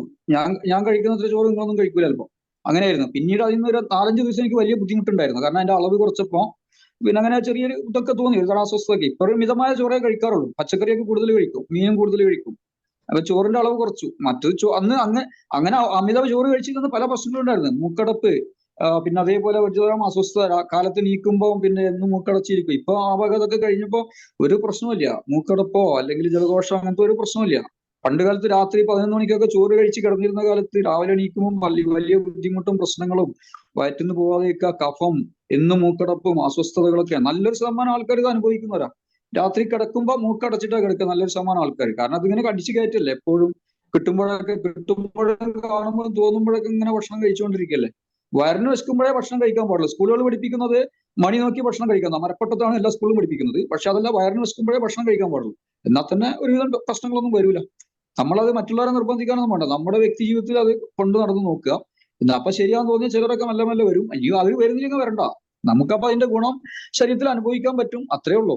ലോകത്ത് ഇപ്പൊ എല്ലാവരെയും മാറ്റിയെടുക്കാനൊന്നും നമുക്ക് കഴിയില്ല. അതിന്റെ കാര്യം അത്രേ ഉള്ളൂ. മൊത്തത്തിൽ എല്ലാവരെയും മാറ്റിയെടുക്കാൻ നമ്മൾ നോക്കേണ്ട കാര്യമൊന്നുമില്ല.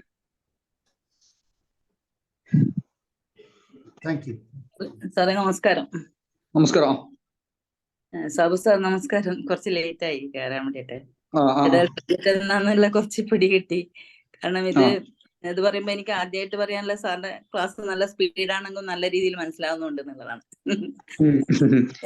കേൾക്കുമ്പോ നല്ല സ്പീഡ് ഉണ്ട്, പക്ഷെ സംഗതി ഉള്ള മനസ്സിലാവുന്നുണ്ട്. അപ്പം എനിക്ക് പറയാനുള്ളത് നമ്മുടെ ആദ്യമായിട്ട് നമ്മള് കുട്ടികൾക്ക് പിന്നെ അമ്മിഞ്ഞപ്പാല് ശരിക്കും കിട്ടുന്ന ഇമ്മ്യൂണിറ്റി കൂടാൻ വേണ്ടിയിട്ടുള്ള അമ്മിഞ്ഞപ്പാല് ശരിക്കും കിട്ടുന്നുള്ള എല്ലാ കുട്ടികൾക്കും കിട്ടുന്നുണ്ടോ എന്നുള്ള കാര്യം തന്നെ പരിശോധിക്കേണ്ടി വരും. അതുകൂടാതെ നമ്മുടെ ചെറുപ്പത്തിൽ അവർക്ക് കിട്ടുന്ന ഒരു ചെറിയ ഭാവിയായിരിക്കുമ്പോ പ്രസവിച്ച ഉടനെ കിട്ടുന്ന ആ പണ്ടത്തെ രീതിയിലുള്ള എണ്ണ തേക്കലും പിന്നെ കുളിയൊക്കെ ഉണ്ടല്ലോ സാറേ, അതിന് പ്രാധാന്യമുണ്ട്. അതുപോലെ അമ്മമാർക്ക് കിട്ടുന്ന പഴയ രീതിയിലുള്ള ട്രീറ്റ്മെന്റ്, ഇപ്പോഴത്തെ ലേഹ്യമൊന്നല്ല സാർ പറഞ്ഞാല്, അങ്ങനെ അമ്മമാർക്കും കിട്ടണം. അത് പറയുമ്പോ കുട്ടികൾക്ക് ശരിക്കും കുട്ടികൾ പണ്ട് സ്കൂളിൽ എന്ന് പറഞ്ഞാൽ കളിച്ചു വളരും. അപ്പൊ കളിച്ചു വളരുമ്പം മറ്റുള്ള കുട്ടികളായിട്ട് ഒരു മിംഗ്ലിങ് വരുമ്പം സമൂഹത്തിനോടെല്ലാം ഒരു ഇഷ്ടമൊക്കെ ഉണ്ടാവും, അയൽവാസികളായിട്ടും സമൂഹം.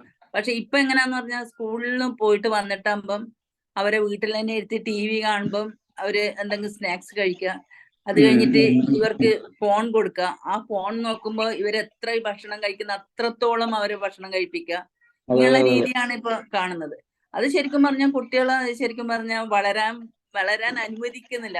അവരെ മാനസികമായിട്ടും ശാരീരികമായിട്ടും വളരാൻ അതുപോലെ അമ്മമാര് സാറ് പറഞ്ഞ പോലെ കുറച്ച് ചോറും കുറെ തോരനും കൊടുക്കുന്നതിന് പകരം സമയമില്ലെങ്കിൽ പൈസ കൊടുക്കുകയെന്ന്, അല്ലെങ്കിൽ ATM കാർഡ് പൈസ കൊടുത്തിട്ട് നിങ്ങൾ ഇഷ്ടമുള്ളതാ കഴിച്ചു പറയുമ്പോ അവര് ചിക്കണും ഇതൊക്കെ ഡെയിലി അവര് പിന്നെ അതിന്റെ അഡിക്റ്റ് ആവുകയാണ്. ഈ അജിനോമോട്ടോ എല്ലാം ചേർത്ത് ഇത് കഴിച്ചു കഴിഞ്ഞാല് പിന്നെ അധികം അതന്നെ കഴിക്കണം എന്നുള്ള ടെൻഡൻസി, പിന്നെ വീട്ടിലെ ഭക്ഷണം അവർക്ക് വേണ്ട, അങ്ങനെ ഉള്ള ഒരു അവസ്ഥയിലേക്ക് വരികയാണ്.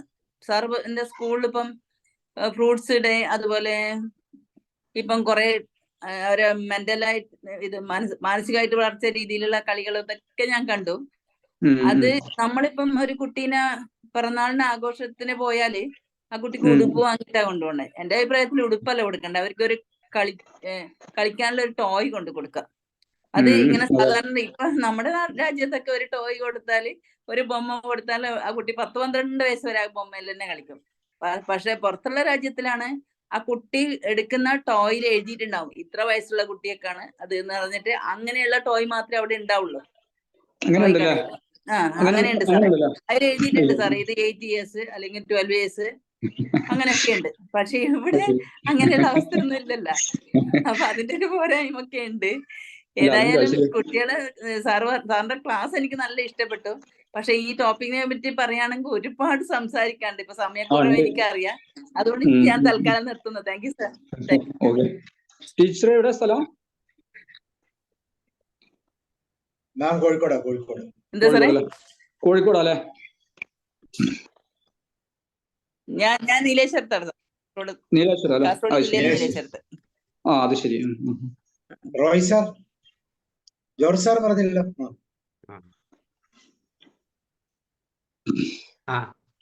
ഞാൻ പറയാം. Thank you Sabu sir. Abdul sir, congratulations sir. വർത്തമാന കാലത്ത് ഈ സമൂഹത്തിന് ചെയ്യാവുന്ന ഏറ്റവും വലിയ ഒരു സംഭാവനയാണ് സാറിൻ്റെത്. തീർച്ചയായിട്ടും വാക്കും പ്രവൃത്തി, ഗാന്ധിജി പറഞ്ഞ പോലെ എൻ്റെ ജീവിതമാണ് എൻ്റെ സന്ദേശം. ഇതുപോലെ നെഞ്ഞത്ത് കൈവച്ച് പറയാൻ പറ്റില്ല സാറേ. എത്ര പ്രഭാഷകർക്ക് ഇത് പറയാൻ പറ്റും? അത് കാണിച്ചു കൊടുക്കുകയാണല്ലോ, ചുമ്മാ പറയുമെന്നല്ല. അത്യധികം മാതൃകാപരം, അനുകരണീയം. ഞാനെന്ന് എൻ്റെ കുടുംബത്തോടും പറഞ്ഞു ഇതൊക്കെ ഒന്ന് കാണുമെന്ന് പറഞ്ഞു. അവർക്കൊന്ന് വെച്ചു കൊടുത്തിട്ട് ഞാനും മാറിയിരുന്നു. കുറെ നേരം നോക്കിയിരുന്ന് കണ്ടു എന്ന് എൻ്റെ അടുക്ക ഒന്ന് പറഞ്ഞു. തീർച്ചയായും സാറേ വേണം, ഇവിടെയാണ് തുടങ്ങേണ്ടത്, ഇങ്ങനെയാണ് തുടങ്ങേണ്ടത്. നമ്മൾക്ക് ഇപ്പൊ കാര്യം ഇതൊക്കെ പറഞ്ഞാലും എനിക്ക് ഇതിന്റെ തിരിച്ചടിയൊക്കെ കിട്ടിയിട്ടുണ്ട് കേട്ടോ. പക്ഷെ കുറച്ച് അറിവില്ലായ്മയുടെ കാലം. ഞാൻ 90-കൾ മുതൽ പരമാവധി വർമാജിയുടെ ഒരു ക്ലാസ് കേട്ടിട്ട് പിന്നെ നോൺ വെജ് ഫുഡ് പാടെ ഒഴിവാക്കി. പറഞ്ഞ പോലെ ഞാൻ ചോറും കപ്പയും ധാരാളം കഴിക്കുമായിരുന്നു. അവിടെ കൂടെ മീൻ കഴിക്കാത്തതിനെ വീട്ടുകാരൊക്കെ കുറ്റപ്പെടുത്തും. ഞാൻ മാത്രമേ വീട്ടിൽ മാറുന്നുള്ളൂ, മറ്റെല്ലാവരും അവർക്ക് ഇഷ്ടമുള്ളത് കഴിക്കാൻ ഞാൻ വാങ്ങിക്കൊടുക്കുന്നതിന് എനിക്ക് വിരോധമില്ലായിരുന്നു. കഴിഞ്ഞ വർഷം ഞാൻ അങ്ങ് ഡൗണായി തീരെ ക്ഷീണിതനായി. ഡോക്ടർ പറയുന്നു ആൻജിയോപ്ലാസ്റ്റി ചെയ്തേ പറ്റൂ, ബ്ലോക്കാണ് 99%. 6 മാസത്തിനകം ബൈപ്പാസ്. ഇപ്പൊ അത് കഴിഞ്ഞ വിശ്രമത്തിലാ. പക്ഷേ ഈ ബൈപ്പാസ് കഴിഞ്ഞിട്ടുള്ള ഡയറ്റീഷ്യൻ പറഞ്ഞു പച്ചക്കറി ധാരാളം കഴിക്കണം. ആദ്യമായിട്ട് അലോപ്പതിക്കാരുടെ കൂട്ടത്തിൽ നിന്ന് കേട്ടതാ അവിടെ. അത്ഭുതമാണത്. ഇപ്പോൾ ഏതാണ്ട് ഒരു പകുതിയോളം, ഉച്ചഭക്ഷണത്തിൽ പകുതിയോളം പച്ചക്കറി. അത് അങ്ങനെയാണ് ചെയ്യേണ്ടത്. എല്ലാരും അതാ ചെയ്യേണ്ടത്. പക്ഷെ അത് പറയുമ്പോ പറയും പിന്നെ ചോറ് മഹാതാണ്, അവര് എന്ത് ചെയ്തോട്ടെ, നമ്മൾ നമ്മുടെ കാര്യം നോക്കുക, അത്രേ ചെയ്യണ്ടുള്ളൂ. അതുപോലെ സർജറി കഴിഞ്ഞിട്ടേ അവരത് പറയുന്നുള്ളൂ. അതിന് മുമ്പുള്ള കാലങ്ങളിലൊന്നും ചെല്ലുമ്പോഴൊന്നും അവരത് ഈ കാര്യങ്ങൾ പറയില്ല. സർജറി കഴിഞ്ഞ ആളോട് പറഞ്ഞാൽ ഇനി ഈ ആളുടെ കുഴപ്പമില്ലെന്നുള്ളതാണ്. നമ്മൾ പനിയായിട്ട് ചെല്ലുന്നവരോട് ഇത് പറയില്ല. നമ്മൾ വേറെ അസുഖമായിട്ട് ചെല്ലുന്നവരോട് ഇത് പറഞ്ഞു കൊടുക്കില്ല. നോൺ വെജ് ആണെങ്കിലും ഇപ്പോഴും കുറച്ച് മത്തി കഴിക്കുന്നുണ്ട്. അതിനകത്ത് വൈറ്റമിൻ സിയുടെ അളവ് കൂടുതലുണ്ടെന്നോ? അല്ല, അതെ, ഒമേഗ 3 അത് കൂടുതലുണ്ട്. മത്തി നല്ലതാണ്. മത്തി കഴിയുന്നത് പുഴുങ്ങി കഴിച്ചാൽ വളരെ നല്ലതാട്ടോ. പുഴുങ്ങി കഴിച്ചാലാണ് ഏറ്റവും ഗുണം. അപ്പൊ ഈ പൊരിച്ചൊക്കെ കഴിച്ചാൽ അതിന്റെ ഗുണമൊന്നും കിട്ടില്ല. ഞാനൊക്കെ ചെയ്യാറുണ്ട്. കുറച്ച് വെള്ളം എടുത്തിട്ട് അതിൽ അല്പം മഞ്ഞള് ഇല്ല അല്ലെ? എന്നാ കുഴപ്പമില്ല. മത്തി നല്ലതാണ്. പുഴുങ്ങി കഴിക്കാമോ? പുഴുങ്ങി കഴിക്കുക. കുറച്ച് വെള്ളം എടുത്തിട്ടേ അതില് പിന്നെ ഒരു അല്പം മഞ്ഞള്, പിന്നെ കുറച്ച് കറിവേപ്പില, 1-2 പച്ചമുളക്, പിന്നെ എല്ലാം ഇട്ടിട്ട് മത്തി പുഴുങ്ങുക, ഉപ്പിട്ടിട്ട് പുഴുങ്ങുക. നല്ല രുചി ഉണ്ടാവും. കുറച്ച് വെള്ളമാണെങ്കിൽ വെള്ളം വേണമെങ്കിൽ കുടിക്കുക. എന്റെ വീട്ടിൽ ആദ്യമായിട്ട് ചെയ്തപ്പോ എന്റെ ഭാര്യ എന്ന് പറഞ്ഞു. എന്നിട്ട് പിന്നെ കുറച്ച് കഴിഞ്ഞപ്പോ ഇപ്പൊ അവരൊക്കെ പുഴുങ്ങി കഴിക്കും. അത് പിന്നെ എന്താ ചെയ്യണത് എന്നൊക്കെ പറഞ്ഞു. പിന്നെ ഇപ്പൊ അവര് ചെയ്യും, മോളൊക്കെ ചെയ്യും. അവർക്കൊക്കെ പലപ്പോഴും പുഴുങ്ങി ഞാൻ കഴിക്കുമ്പോ അവർക്കും വേണോ, നല്ല രുചി ഉണ്ടല്ലോ എന്ന് പറഞ്ഞു പുഴുങ്ങി കഴിച്ചപ്പോ. അത് പിന്നെ മീനിന്റെ ഒരു ഇതാണ്, മീനിന്റെ കളറ് മാറരുത് എന്നുള്ളതാണ്. കളറ് മാറാതെ കഴിച്ചാലാണ് അതിലെ ഗുണം മുഴുവൻ കിട്ടുക. നമ്മൾ പോയി പൊരിക്കുമ്പോഴൊക്കെ അതിന്റെ കളറ് മാറുമല്ലോ, കറുപ്പ് നിറാവുമല്ലോ, കരിക്കട്ടാവുമല്ലോ. അപ്പൊ അതിൽ കാർബണും അക്രോലിനാണ് മുഴുവനും നമ്മുടെ വയറ്റിലാവുക. അതേസമയം കറി വെച്ചിട്ടോ പുഴുങ്ങി കഴിക്കുകയൊക്കെ ചെയ്ത് കഴിഞ്ഞാൽ, അതേപോലെ വലിയിച്ച് കഴിക്കുക. വെള്ളം വലിക്കുക എന്ന് പറയില്ല, നമ്മൾ മെഴുക്കില്ലാതെ എണ്ണ ഇല്ലാതെ മുളക് പുരട്ടിട്ട് പിന്നെ വലിയിക്കുമല്ലോ ഈ മൺചട്ടിയിൽ വെച്ചിട്ട്, അങ്ങനെയും ചെയ്യാം. അപ്പൊ അതിൽ ചില ന്യൂട്രീഷൻസ് ഒക്കെ പറയുന്നത് ഇങ്ങനെയാണ്. അതായത് കളറ് മീൻ കഴിക്കുമ്പോൾ അതിന്റെ നിറം മാറാതെ കഴിക്കുക എന്നുള്ളതാണ്. എന്നുവെച്ചാൽ അതിന്റെ നിറം വേവിച്ചാൽ നിറം മാറാതെ കഴിക്കുക. അപ്പൊ അതിന്റെ ഗുണമെല്ലാം കിട്ടും. നമ്മൾ കരിക്കട്ടാക്കി കഴിച്ചാൽ ഒന്നും കിട്ടൂല, ദോഷം മാത്രമേ ഉണ്ടാവുള്ളൂ. അപ്പൊ അതൊന്ന് പരീക്ഷിച്ച് നോക്കൂ സാറ്. പുഴുങ്ങി കഴിച്ചാൽ നല്ല രുചി ഉണ്ടാവും. പച്ചമുളക്, കറിവേപ്പില, മഞ്ഞള്, ഉപ്പ്, പിന്നെ ഉള്ളിയൊക്കെ വേണമെങ്കിൽ ഇടാം. ഉള്ളിയൊക്കെ ഇട്ട് കൂടുതൽ രുചി ഉണ്ടാവും. അപ്പൊ ഇനിയിപ്പോ ഒരു തീരെ സമയം ഇല്ലെങ്കിൽ ഉപ്പും മഞ്ഞൾ ഇട്ടിട്ട് വേണമെങ്കിൽ കുറച്ച് വെള്ളത്തിൽ നമ്മൾ ഡവറല്ലേ, ചെറിയ ഡവറ, അതിലിട്ട് വെച്ചിട്ട് പുഴുങ്ങിയാലും മതി. അതിന് വലിയ ചെമ്പട്ടിയും കാലൊന്നും വെക്കണ്ട. അങ്ങനെ ചെയ്ത് നല്ല രുചി ഉണ്ടാവും. അത് ആദ്യം കഴിച്ചിട്ട് അതിന്റെ മേലെ ചോറ് കഴിച്ചാൽ മതി. ആദ്യം പച്ചക്കറി കഴിക്കുക, പിന്നെ അതിന് മേലെ മീൻ കഴിക്കുക, പിന്നെ ചോറ് കഴിക്കുക, കുറച്ച് ചോറ് കഴിക്കുക. നല്ല ഇതുണ്ടാവും. ഷുക്കൂർ സാറിനെ പരിചയപ്പെട്ടതിന് ശേഷം ഞാൻ രാവിലെ ബ്രേക്ക്ഫാസ്റ്റ് എന്ന് പറയുന്നത് പച്ചക്കറിയും പഴവും മാത്രമേ കഴിക്കാറ്. പക്ഷെ സാറിന്റെ പേര് വീട്ടുകാർക്ക് അറിയാത്തത് കാരണം സാറിനെ വിളിക്കില്ലെന്നേ ഉള്ളൂ. കാരണം അവര് എന്ത് പറ്റിയാലും ഈ പച്ചക്കറിയും പഴവും കഴിക്കുന്നതുകൊണ്ടുള്ള പ്രശ്നങ്ങളാണ് മുഴുവൻ നാണ്. അങ്ങനെ ഒരു മൈൻഡ് സെറ്റാണ്. ശരി. അങ്ങനെ കഴിക്കും. ഈ രാവിലെ പച്ചക്കറി കഴിക്കണമെന്നില്ല, ഫ്രൂട്ട്സ് മാത്രം കഴിച്ചാൽ മതി. ഫ്രൂട്ട്സ് വയറ് നിറയെ കഴിക്കുക, പച്ചക്കറി പിന്നെ ചോറിന്റെ കൂടെ കഴിച്ചാൽ മതി. അങ്ങനെ കഴിക്കാൻ നിർബന്ധമില്ല. കുക്കുംബറാണ് സാറേ ഈ പിന്നെ ഫ്രൂട്ട്സിന്റെ കൂടെ ഫ്രൂട്ട്സ് ആയിട്ട് കഴിക്കുമ്പോൾ അതിന്റെ കൂടെ പച്ചക്കറി കഴിക്കരുത്. ആദ്യം പച്ചക്കറി കഴിക്കും, പിന്നെ ഫ്രൂട്ട്സ്. അല്ല ആദ്യം ഫ്രൂട്ട്സ് ആണ് കഴിക്കേണ്ടത്. വെറും വയറ്റിൽ ഫ്രൂട്ട്സ് ആണ് ചെല്ലേണ്ടത്. അത് നമുക്ക് ഇഷ്ടമുള്ള ഫ്രൂട്ട്സ് കഴിക്കുക ഏതും. പിന്നെ ഇപ്പൊ ഈ പ്രായമായ ആളുകൾ ഏറ്റവും കൂടുതൽ ശ്രദ്ധിക്കേണ്ടത് നമ്മളെ ഇതുണ്ടല്ലോ, പപ്പായ പരമാവധി കഴിക്കുക. സാധാരണ നാടൻ പപ്പായ ആണെങ്കിൽ അത് പഴുത്തത് പരമാവധി കഴിക്കുക. പിന്നെ അതേപോലെ ഉണക്കമുന്തിരി ഉണ്ടല്ലോ, ഉണക്കമുന്തിരി അത് പിന്നെ ഒരു ലോറയ്ക്ക് ഉണക്കമുന്തിരി കൊടുത്തിട്ട് അതൊന്നായിട്ട് കഴിക്കലല്ല, കുറേശ്ശെ പിന്നെ കഴിക്കുക. വെള്ളത്തിലിട്ടോ മറ്റൊക്കെ ഉണക്കമുന്തിരി ഉണ്ടല്ലോ അത്. പിന്നെ അതേപോലെ വൈറ്റമിൻ സി കിട്ടാൻ നാരങ്ങയോ പിന്നെ ചെറുനാരങ്ങയുടെ വെള്ളമൊക്കെ കുടിക്കുക. ഇത് പിന്നെ വളരെ കൂടുതൽ ശ്രദ്ധിക്കേണ്ടതാണ്. പിന്നെ എല്ലാ ഫ്രൂട്ട്സും ഒരു 3-4 തരം ഫ്രൂട്ട്സ് ദിവസം കഴിക്കണം. അത് വെറും വയറ്റിൽ കഴിക്കണം. അപ്പോഴാണ് നമുക്ക് ഏറ്റവും കൂടുതൽ ആബ്സോർപ്ഷൻ നടക്കുക, ശരീരം ഏറ്റവും കൂടുതൽ സ്വീകരിക്കാം. ഏറ്റവും വെറും വയറ്റിൽ കുളി കഴിഞ്ഞിട്ട്, ഭക്ഷണം കഴിച്ചിട്ട് കുളിക്കാൻ പാടില്ല, ശരീരത്തിന് ഭയങ്കര കേടാണ്. കാരണം ഒരു അടുപ്പ് കത്തിച്ചിട്ട് അതിങ്ങനെ കത്തി വരുമ്പോൾ അതിലേക്ക് വെള്ളം ഒഴിക്കുന്ന പോലെയാണ് ഭക്ഷണം കഴിച്ചിട്ട് അതിന്റെ മേലെ പിന്നെ കുളിക്കുന്നത്. അപ്പൊ പറയും കൃഷ്ണേട്ടൻ ചെയ്യുന്നുണ്ട്, മോയിക്കുട്ടിയാജി ചെയ്യുന്നുണ്ട്. അതൊന്നും അതിന്റെ വിഷയമല്ല. ശരീരത്തിന്റെ നിയമം അനുസരിച്ച് അത് തെറ്റ്, അത്രേ പറയാനുള്ളൂ. മോയിക്കുട്ടിയാജി പലതും ചെയ്യുന്നുണ്ട്, കള്ളുടിക്കുന്നുണ്ടാവും. എന്ന് വെച്ചിട്ട് ഇപ്പൊ അത് അയാൾ ചെയ്ത് വെച്ചിട്ട് ശരിയാവില്ല. അപ്പൊ അതല്ല അവിടുത്തെ വിഷയം. അപ്പൊ ഇത് എന്ന പോലെ നമ്മൾ ഭക്ഷണം കഴിച്ച് അതിങ്ങനെ ദഹിക്കാൻ തുടങ്ങുകയാണ്. അപ്പൊ ആ ജഠരാഗ്നി, പിന്നെ ഡൈജസ്റ്റീവ് ജ്യൂസ് ഒക്കെ വന്ന് അതിൽ ഞരമ്പുകളും നാടികളൊക്കെ പങ്കെടുത്ത് ഇങ്ങനെ ഇരിക്കുമ്പോൾ അതിലിന്റെ മേലെ വെള്ളം മുക്കി ഒഴിച്ചാൽ അതെല്ലാം കെട്ടുപോയി.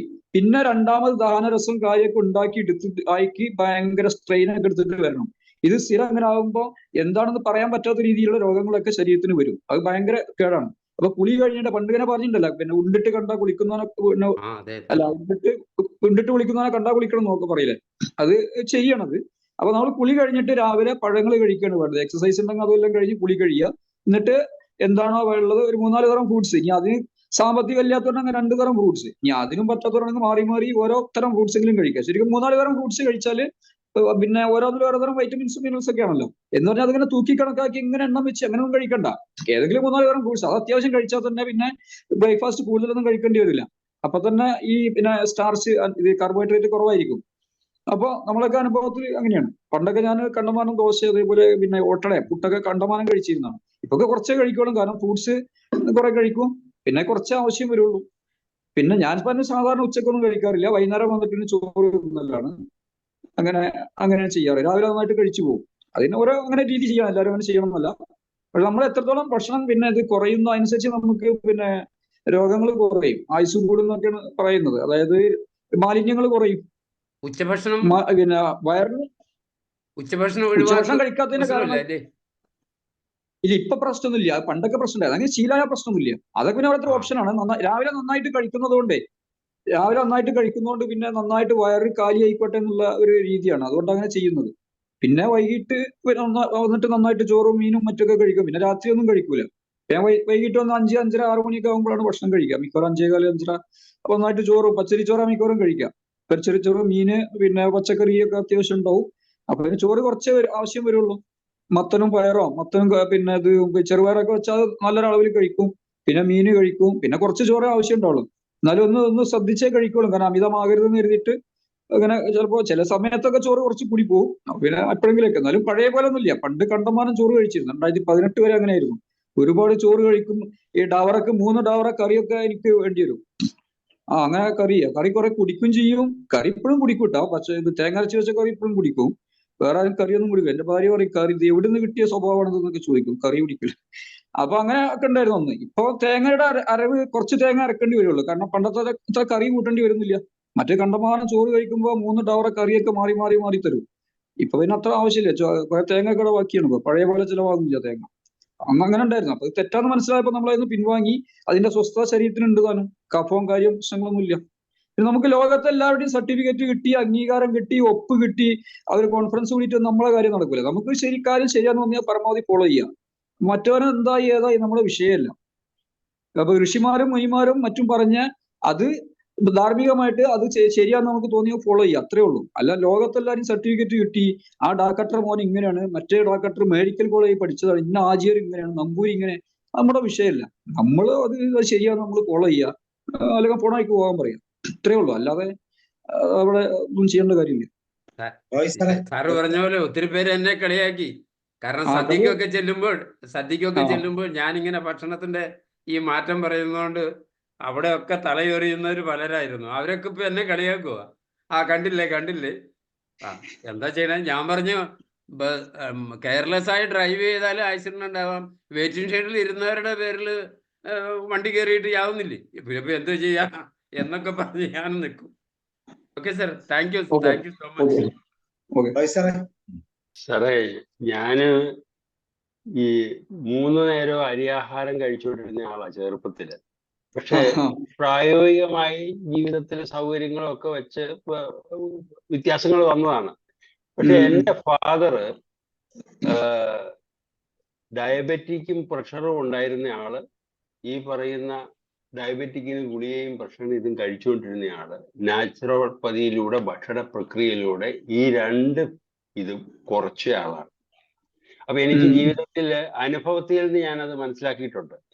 പിന്നെ ഈ സാധാരണ രീതിയിൽ ഈ അസുഖം വരുമ്പോഴാണ് ഈ നാച്ചുറോപ്പതിയും മറ്റുള്ള ഓരോന്ന് നോക്കുന്നത്. അതല്ലാണ്ട് ഒരു ജീവിതചര്യയാക്കി ഫോളോ ചെയ്യാൻ ആർക്കും താല്പര്യമില്ല. അവനവന്റെ രുചിയൊന്നും വിട്ടിട്ട് ഒരു കാര്യം പറ്റത്തില്ല.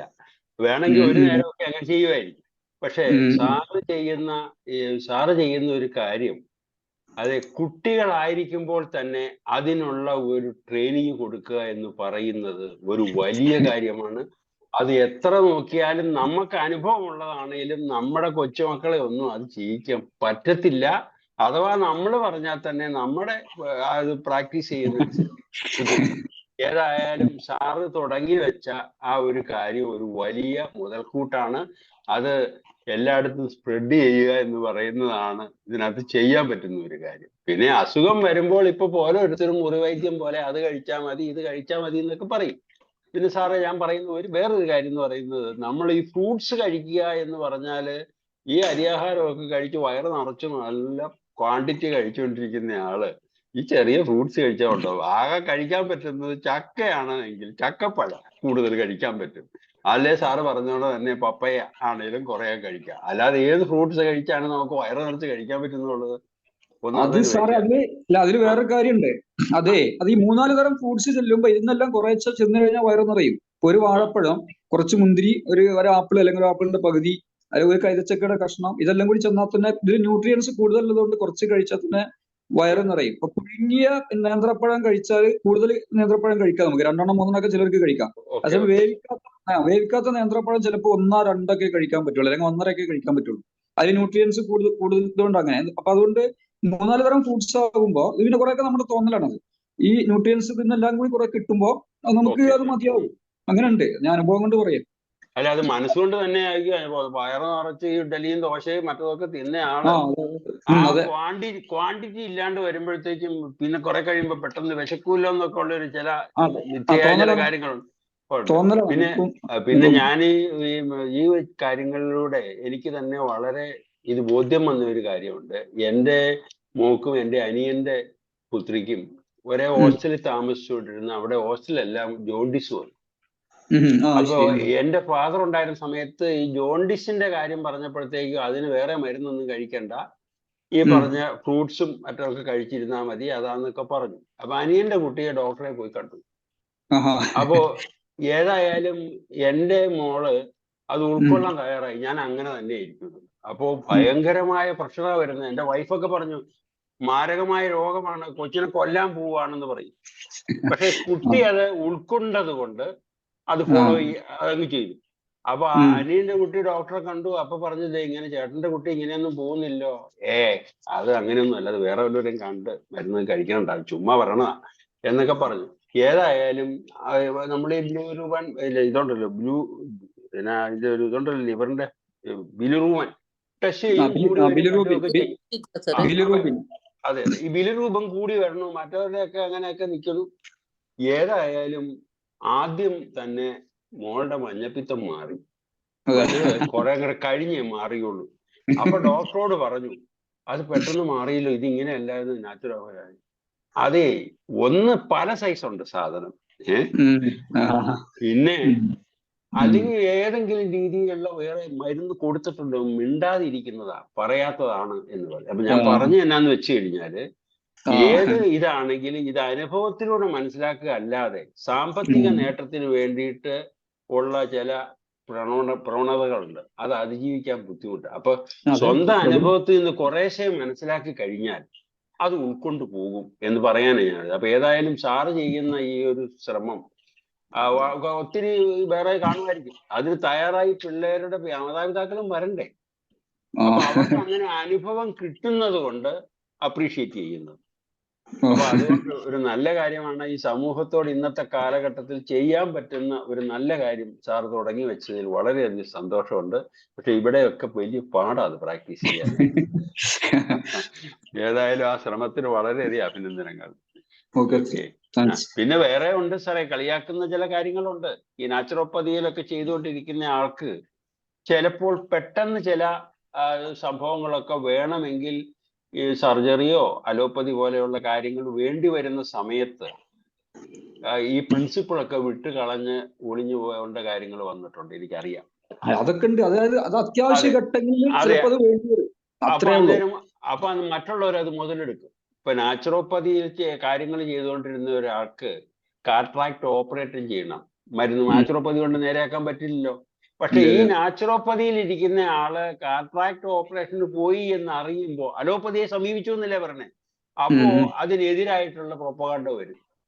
അല്ല, അത് വരും. പക്ഷെ നമ്മള് പറയേണ്ടത് നമുക്കൊന്നും ഇപ്പൊ അങ്ങനത്തെ ഒരു ഇതില്ല. അതായത് ഇതാണ്, അതായത് നമ്മള് അതിനെ പറ്റേ പടിയടച്ച് പിണ്ടം വെച്ചിട്ടില്ല. പിന്നെ അതിനെ തീർത്തും എതിർത്ത് സംസാരിക്കുകയും ചെയ്യരുത്. അങ്ങനെ കുറെ കാര്യങ്ങളുണ്ട് അതിൽ ചൂഷണം കാര്യമുണ്ട്. അപ്പൊ ആ ചൂഷണം അതങ്ങനെ നിന്നോട്ടെ. അത് വളരെ അത്യാവശ്യ ഘട്ടം. നമ്മളിപ്പോ ഈ റൗഡികളുണ്ടല്ല, തെരുവ് റൗഡികളെ നമ്മള് പിന്നെ വളരെ അത്യാവശ്യ ഘട്ടത്തിലേ ഉപയോഗപ്പെടുത്തുള്ളൂ എന്ന് പറയുന്ന പോലെയാണ് ആ സിസ്റ്റത്തിനെയും അതിന്റെ ആളുകളെയും കാണണ്ടേ. വളരെ അത്യാവശ്യ ഘട്ടത്തിൽ ഉപയോഗപ്പെടുത്തുക, അതിന് പൂർണ്ണമായും കുറ്റം പറയണ്ട, ആ രീതിയിലാണ് കാണേണ്ടത്. ഇതൊരു ജീവിത രീതിയാക്കുകയാണ് എങ്കിൽ ഒത്തിരി വ്യത്യാസം ആൾക്കാർക്ക് മനസ്സിലാക്കാൻ പറ്റും. അതല്ലാണ്ട് അസുഖം വരുമ്പോ ആരെങ്കിലും പറയട്ടെ അലോപ്പതി അല്ല മറ്റേതാ നല്ലതെന്നൊക്കെ പറഞ്ഞ് പോകുന്ന ഒരു പ്രവണതയാ വേറെ വരുന്നത്. അതുപോലെ തന്നെ സാറ് പറഞ്ഞ ഈ 3 ടൈപ്പ് ലൈഫ് ഫുഡും ഗോസ്റ്റ് ഫുഡും ഡെഡ് ഫുഡും ഉണ്ടല്ലോ. ഈ പശുവിന്റെ മറ്റൊക്കെ പാല്, ഇത് ഏത് കാറ്റഗറി പെടും? പശുവിന്റെ പാല് കുടിക്കുന്നത് ശരിക്കും അത് ശരിക്കും പറഞ്ഞാൽ ഗോസ്റ്റ് ഫുഡ് തന്നെ പെടുത്തേണ്ടി വരും. ഹോസ്പിറ്റലിൽ വരുന്നത്. ഓക്കെ. അതായത് ഇപ്പൊ അതിലിപ്പോ ഒരു ചോദ്യമുണ്ട്, അതിലൊരു ചോദ്യമുണ്ട് ഇങ്ങനെ, പിന്നെ പ്രവാചകൻ പാല് കുടിച്ചു, മുഹമ്മദ് നബി പാല് കുടിച്ചു, ശ്രീകൃഷ്ണൻ പാല് കുടിച്ചു, പിന്നെ നിങ്ങൾ പാല് കുടിക്കണ്ടെന്ന് പറയുന്നു. പ്രവാചകനും ശ്രീകൃഷ്ണനും മുഹമ്മദ് നബിയൊക്കെ പാല് കുടിച്ചെങ്കിൽ അവർ പച്ചപ്പാല് മെയിൻ ഫുഡായിട്ടാണ് കഴിച്ചത്. പച്ചപ്പാല് കറന്നെടുത്തിട്ട് മെയിൻ ഫുഡായിട്ടാണ് കഴിച്ചത്. നമ്മള് പാല് കഴിക്കുന്നത് മത്തിയും ചോറും, അതും തന്നെ രാത്രി, അല്ലെങ്കിൽ പോത്തിറച്ചിയും ചോറും വയറ് നിറയെ അടിച്ചിട്ട് അതിന്റെ മേലെ കാച്ചിയ പാല് കുടിക്കുക. അപ്പൊ അവന് കഫക്കെട്ടും എല്ലാ ചണ്ടിപ്പണ്ടാരങ്ങളും ഉണ്ടാവും. എന്നിട്ട് കുറ്റം ദൈവത്തിനാ, ദൈവം തരില്ല, അള്ളാഹ് തരില്ല. നമ്മളെന്താ ചെയ്യുക? 5 നേരം പറയുന്നുണ്ട്. 5 നേരമല്ല 12 നേരം പറഞ്ഞാലും രക്ഷപ്പെടില്ല. ഗുരുവായൂർക്കുള്ള ബസ്സിൽ കയറി നിന്നിട്ട് മംഗലാപുരത്തേക്ക് പോകണം എന്ന് പറഞ്ഞാൽ ബസ് ഗുരുവായൂർക്കല്ലേ പോകുള്ളൂ. അപ്പൊ അതാ അതിന്റെ കാരണം. അപ്പൊ ഇത് പിന്നെ മെയിൻ ഫുഡായിട്ട് വേണം പച്ചപ്പാല് കഴിക്കാം, അല്ലാതെ കഴിക്കുന്നത് ശരിക്കും. പിന്നെ അത് ഏറ്റവും നല്ല ഇതാണ്, തൈരം മോരാക്കി പുളിയില്ലാതെ കഴിക്കുക. പരമാവധി പുളിയില്ലാത്ത രീതിയിൽ തൈരം മോരാക്കി കഴിച്ചു കഴിഞ്ഞാൽ വലിയ കുഴപ്പമില്ല. അതല്ലാതെ പാൽ കുടിക്കുന്നതൊക്കെ. പിന്നെ സ്കൂളിലെ അനുഭവം ഞാൻ പറയാം. മുമ്പുണ്ടായിരുന്ന ഒരു മിസ്സിന്റെ കുട്ടി, ഒരു ടീച്ചറുടെ കുട്ടി, ഞങ്ങളെ സ്കൂളിൽ വേറെ സ്കൂളിലാണ് പഠിച്ചിരുന്നത്. അപ്പൊ എന്നും പ്രശ്നമാണ് കഫക്കെട്ടാന്നൊക്കെ പറഞ്ഞു. ഞാൻ പാല് കുടിക്കാറുണ്ടോന്ന് ചോദിച്ചാൽ ഉണ്ട്. എപ്പോഴാ കൊടുക്കല്? രാത്രി. ഞാൻ ആ പാല് കട്ട് ചെയ്യണം എന്ന് പറഞ്ഞു. കട്ട് ചെയ്തോട് കൂടിയിട്ട് കഫക്കെട്ടും പ്രശ്നവും ആ കുട്ടികളുടെ പലജാതി പ്രശ്നങ്ങളുണ്ടായിരുന്നു. അതെല്ലാം മാറി. അത്രേ ഉള്ളൂ. പിന്നെ സാറേ, വേറെ ഈ ഫ്രൂട്ട്സിൽ തന്നെ ആൽക്കലി ബേസും അസിഡിറ്റി ബേസും ഉള്ള ഫ്രൂട്ട്സുകൾ ഉണ്ട് എന്ന് പറയുന്നത്, കാറ്റഗറൈസ് ചെയ്ത് അങ്ങനെ ഒരു ഇതുണ്ടോ? അപ്പൊ അങ്ങനെ ഉള്ളപ്പോ ആൽക്കലി ബേസ്, അതായത് നമ്മള് ഈ പുളിപ്പഴങ്ങളുണ്ടല്ലോ, പുളിയുള്ള, പലരും പറയുന്നത് പുളിയുള്ള പഴങ്ങള്, ഈ നാരങ്ങ അതുപോലെയൊക്കെ ഉള്ളത് പിന്നെ മധുരമുള്ളതിന്റെ കൂടെ കഴിക്കാതിരിക്കുന്നതാണ് നല്ലത്. അത് കഴിക്കുമ്പോൾ അത് മാത്രമേ, ചിലരൊക്കെ പിന്നെ എല്ലാം ചെയ്യാറുണ്ട്. പിന്നെ സമൂഹത്തിൽ മൊത്തത്തിൽ നമ്മൾ അങ്ങനെ എല്ലാവരും പറഞ്ഞു കഴിഞ്ഞാൽ പിന്നെ കൂടുതൽ അവർക്ക് കൺഫ്യൂഷനും പ്രശ്നമൊക്കെ വരും. അപ്പൊ അതിനെ പറ്റിയുള്ള ഒരു ബേസ് കിട്ടിയ ആൾക്കാരോട് അങ്ങനെയൊക്കെ പറയാൻ പറ്റുള്ളൂ. സാധാരണഗതിയിൽ ഈ പിന്നെ പുളിപ്പഴങ്ങള് മധുരമുള്ള പഴങ്ങളുടെ കൂടെ കഴിക്കാത്തതാണ് നല്ലത് എന്നുള്ള. പിന്നെ ഇടയ്ക്കൊക്കെ അങ്ങനെ കഴിച്ചിട്ട് ചിലര് അങ്ങനെ കഴിക്കുന്ന ആൾക്കാരുണ്ട്, കുഴപ്പമില്ല എന്ന് പറയുന്നുണ്ട്. ഏറ്റവും നല്ലത് ഇങ്ങനെ ചെയ്യുന്നതാണ് ഏറ്റവും നല്ലത്. ഓക്കെ സാർ, വളരെയധികം അഭിനന്ദനം സാറിന്റെ ശ്രമങ്ങൾക്ക്. കാരണം എന്താണ്, പ്രാക്ടിക്കലായിട്ട് പിള്ളേരിലൂടെ അത് എടുക്കാനാണ് ഇപ്പം മാർഗമുള്ളൂ, അല്ലാതെ രക്ഷയില്ല ഇന്നത്തെ കാലഘട്ടത്തിൽ. ഞാനിത് അനുഭവിച്ചറിഞ്ഞ ആളെന്നുള്ളത് അതിന്റെ ഗുണം അനുഭവിച്ച ആളെന്നുള്ളത് കൊണ്ടാണ് അത് കൂടുതൽ ഞാൻ അപ്രീഷിയേറ്റ് ചെയ്യുന്നത് സാർ. നമുക്ക് മറ്റൊരാളോട് പറയാൻ രക്ഷയില്ല ഈ കാര്യങ്ങൾ. Okay sir. അവസരം പോലെ ഒരു ഔദാര്യ മനസ്സോടെ അബ്ദുൾ സാർ ഇടയ്ക്കിടയ്ക്ക് വരണമേ, പ്രത്യേകം അപേക്ഷിക്കുകയാട്ടോ. Thank you, sir. Thank you. Good night. See you. Thank you, Abdul sir. Okay, sir.